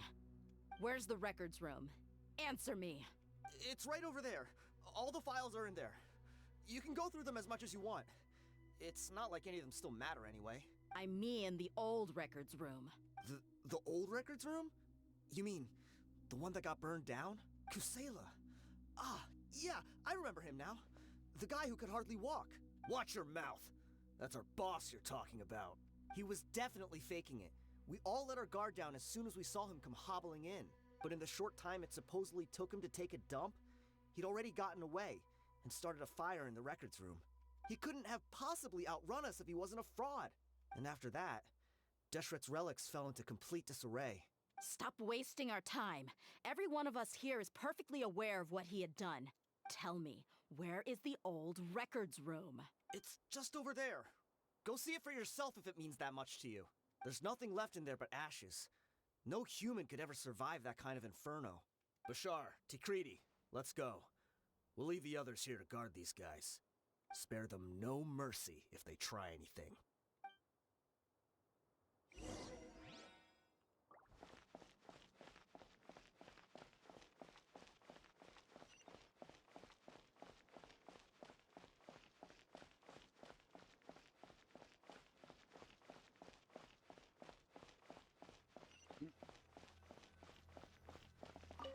Big place.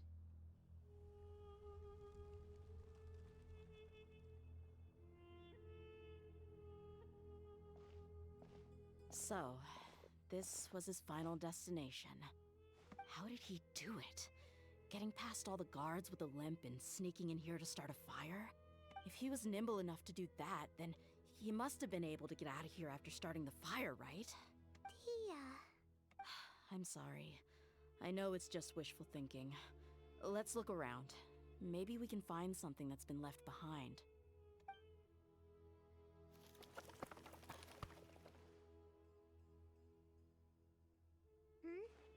Is this a cane? It must be the one that Dia's father used. Kusela. Thanks for everything, boss. We're fortunate to somehow find that cane after that fire. Let's split up and look around some more. What if something else has been left behind? But what else could survive a fire like that? Huh? Mm-hmm.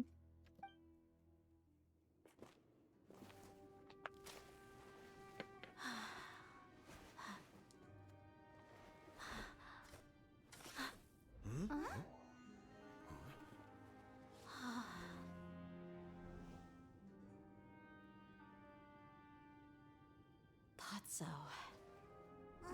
Wait! Isn't that the toy sword you played with as a child?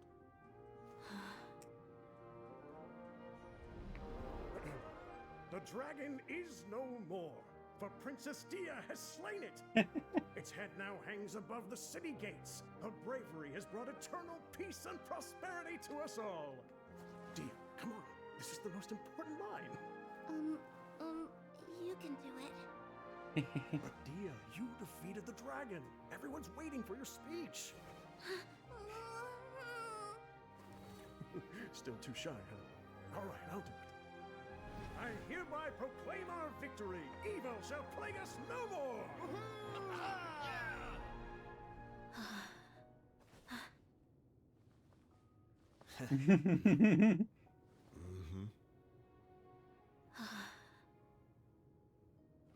I hereby proclaim our victory.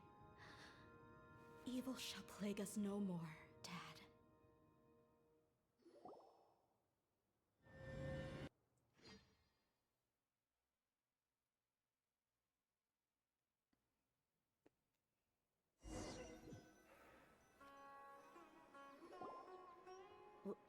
What's this? Don't you remember? You asked Paimon what she would do if she were to wake up tomorrow with loads of money. And Paimon said that she would get boatloads of tasty snacks. You looked super confused at the time, but said it was an adorable thing to say. These opportunities don't come by often. So today, Paimon's gonna treat you to a special crash course on Paimon's life philosophy. Hey, come on! Paimon's not that stingy. Anyway, the point is that you should eat to your heart's content. You'll feel better for sure once you've gotten something in your tummy. Dunyarzad will also be here shortly. She's already heard that we're back. Aw, thanks, you two. Honestly, this is very unlike me. I just had a lot on my mind on our way back, so I didn't know what to say.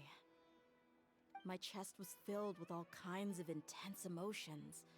They just shook me even more than all the feelings we've shared during our previous adventures. But when everything came to an end, those emotions also vanished without a trace, and I was left feeling more empty than ever before. It was as if I'd lost the thing that was most important to me. Yeah, you're right. To many mercenaries, Mora is the most important thing in the world. But perhaps to us, it's the most worthless thing of all. Idrisi and the others all used to say that they would quit if there was no Mora to be had. But when it came to avenging my father, there was no Mora to be made anywhere. My reality shattered when I found out that the father who always told me hero stories was in fact a bad guy. But look at me now. Am I any different? Despite all my promises about never forgiving him and never trying to understand him, I still went to such lengths to find out the truth, and nearly even shed tears for his sake. We're hypocrites. All of us. Yeah, you're right. It's just a pity that we often only recognize our true feelings after it's already too late. You're back! Are all of you alright? Ah, there she is. Yeah. Many people from the Corps of 30 came over, and I just wrapped up everything with my dad. All I can do now is wait for their verdict. Huh? Dia, you're looking quite down again. Paimon will explain. A lot happened while we were gone. I'm sorry. I really should have controlled my emotions better. I just... It's all right, my lady. You were hurt by all of this as well. Truth be told, I'm starting to feel a little guilty watching you cry like this. Dia, your pain must be even worse. You shouldn't need to comfort me. Hey, don't worry about me. If anything, this whole thing has finally shown me the difference between illusion and reality. My father probably thought that people could settle into new lives as long as they moved to a new environment. That thought has even crossed my mind a few times. It's like saying, what's wrong with adapting to a new life? However, there was always something deep within my mind that refused to accept it. This impulse brought me great turmoil, and even made me feel ashamed for turning my back on your father's kindness. But now that I consider it again, it all makes sense. The desert sands are a part of who I am, and I will never be able to lead a peaceful existence. I understand how you feel. That doesn't mean I won't be making any changes to my life, though. As an example, I'm now thinking about taking on some small odd jobs. It's just like Idrisi said. I also want to catch up to my father and become a character in his play. Even if the ending of the story may be childish and ridiculous, it won't really matter. Isn't that neat, though? Oh, you'll be a whole new kind of mercenary, one that's not out for Mora. Why don't we go for a change of scenery once we finish eating? What about stopping by the Grand Bazaar again? Right. You said you wanted to get a rug for your family. We'll come along too. I can't thank you enough for taking care of me this entire time.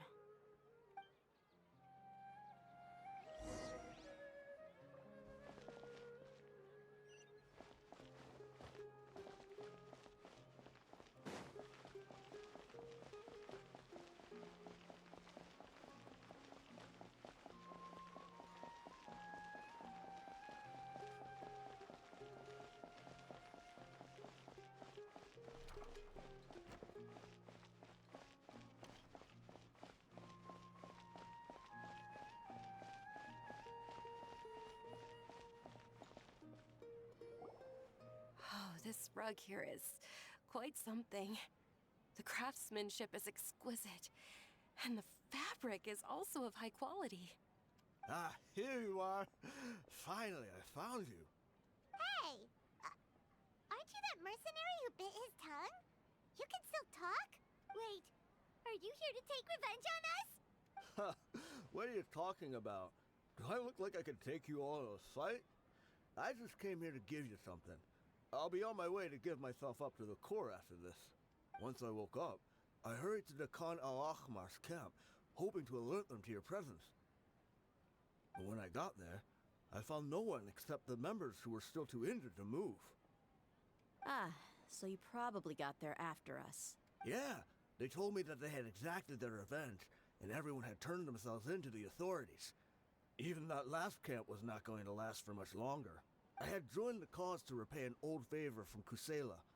Now that everyone's already turned themselves in, I might as well do the same. One of the injured members gave this box to me, and told me that it contained some of the old man's last possessions. Everything left in the camp will get confiscated, so I figured I should get this to you before the Corps could get their hands on it. Thank you. No worries. We are all just living our own truths.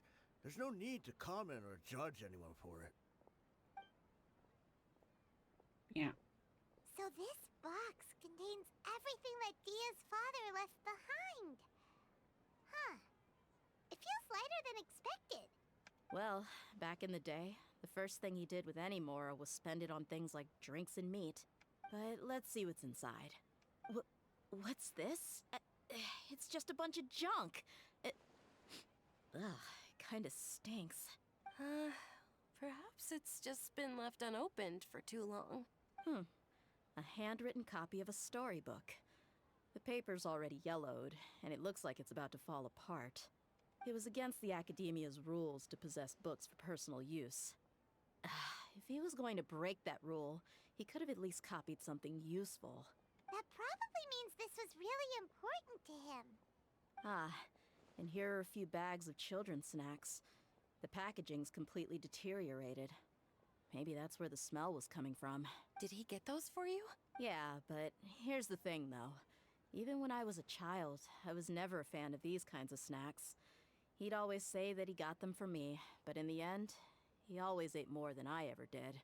Who even leaves snacks in a box like this anyway? Isn't that just common sense? Forget it. Let me see what else is in here.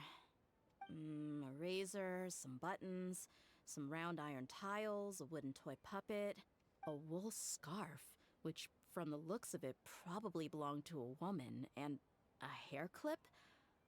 Why are these things here? I'm suddenly feeling a little scared. I'm sorry, my lady, but this is just the kind of man he was. He probably saw this box as some kind of personal trash heap and dumped any and everything in there. 2 empty liquor bottles. Tell me, you guys, are these the kinds of things that a normal person would leave behind? Huh? There's something in the bottle! Oh, you're right. All right, I got it out. It seems to be a piece of paper with some writing on it. The bottom part's all damaged from moisture, though. Let's hope the writing didn't smudge. I was suddenly seized with an urge to write a letter after finishing this bottle. I just folded it up and left it in the bottle, though. If I end up forgetting about it, it won't really matter. To Dia. It's a letter for me? It's all right. I'll just read it out. If he went to the trouble of writing a letter, there must have been some important things that he wanted to say. Or at least record down. My condition's becoming worse and worse. Can't even walk without a cane anymore, much less go out and have fun. Guess I don't have many days left. If you're reading this letter, then I suppose I'm already long gone. You were adorable as a baby. Everyone loved you. And regardless of whether you were crying or laughing, everyone enjoyed having you in the group. But once you grew a bit older, you were no longer nearly as happy or cute. It's probably the guy's fault. Can you believe this guy? He can point the finger at himself. Anyway, back to the point. To summarize, I'm writing this so you would know not to feel sad for me, even if you end up finding out the truth. The reason being that I was never your father to begin with. Wait, what? Surely, he must be joking, right? I don't know. I was quite formidable when I was young, and 100 times cooler than some so-called flame main. Really felt like the whole world was under my feet. With just a teeny tiny bit of effort, I felt I could rule over the entire desert. But as fate would have it, I went out into the desert for a drink one day and discovered a baby in the sands. It was you. Oh dear. You were just lying there, small and helpless. You were so tiny that if the wind blew for just a little while longer, you would have been buried forever. But your cries were so loud they made my head hurt. Now that I think of it, you really were a bundle of energy. Sounds like he's serious. I told Idrisi and the others that I had slipped up with a woman while out and about. None of them even doubted me. I'm sorry that I had to lie to them for so long, but I really had no other choice. I was their most esteemed leader, after all. It's not like I could just tell them that I suddenly wanted to play at being a father. At this rate, I'll puke up all the liquor I just drank from this bottle. Anyway, Dia, you possess the kind of freedom and kindness that we could only dream of. As far as how you should live your life, that'll be up to you to decide. That's the end of the letter. In the end, he was still thinking of me as a little child. I suppose, or I would have suffocated under the sand a long time ago. He was a good father to you. The fact that he wasn't a blood relative doesn't change that. Yeah. It's just a pity that we had to learn the truth of everything like this. Do you already have some ideas about the decision that he wanted you to make? I do. If he first found me alone in the sands, then I want to try my hand at finding the person who abandoned me. I just have one wish. To tell them a story. That there once existed a childish and foolish jerk with a heart of gold. And that only under his care was I able to grow and mature into the person I am today. If you end up finding any leads, can you share them with us? We go on adventures all the time. Maybe we'll be able to find some information for you. Sure, I appreciate it. I wasn't expecting you to be so enthusiastic. I'll help too. Thank you. All of you. Thank you so much. My life has certainly had its twists and turns, but I've always considered myself lucky. Because no matter where I've gone, I've always been surrounded by incredible kindness.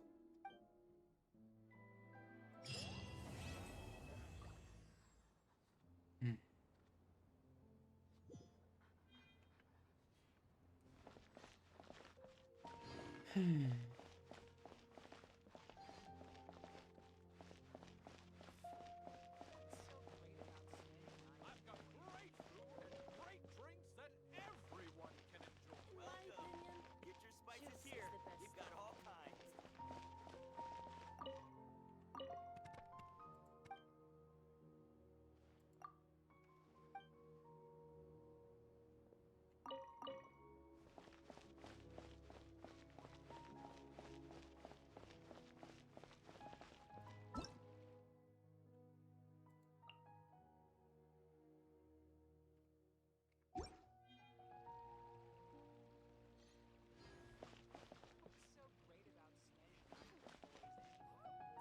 Oh, I think that's it for that. Let's stop now. Good night. Yeah.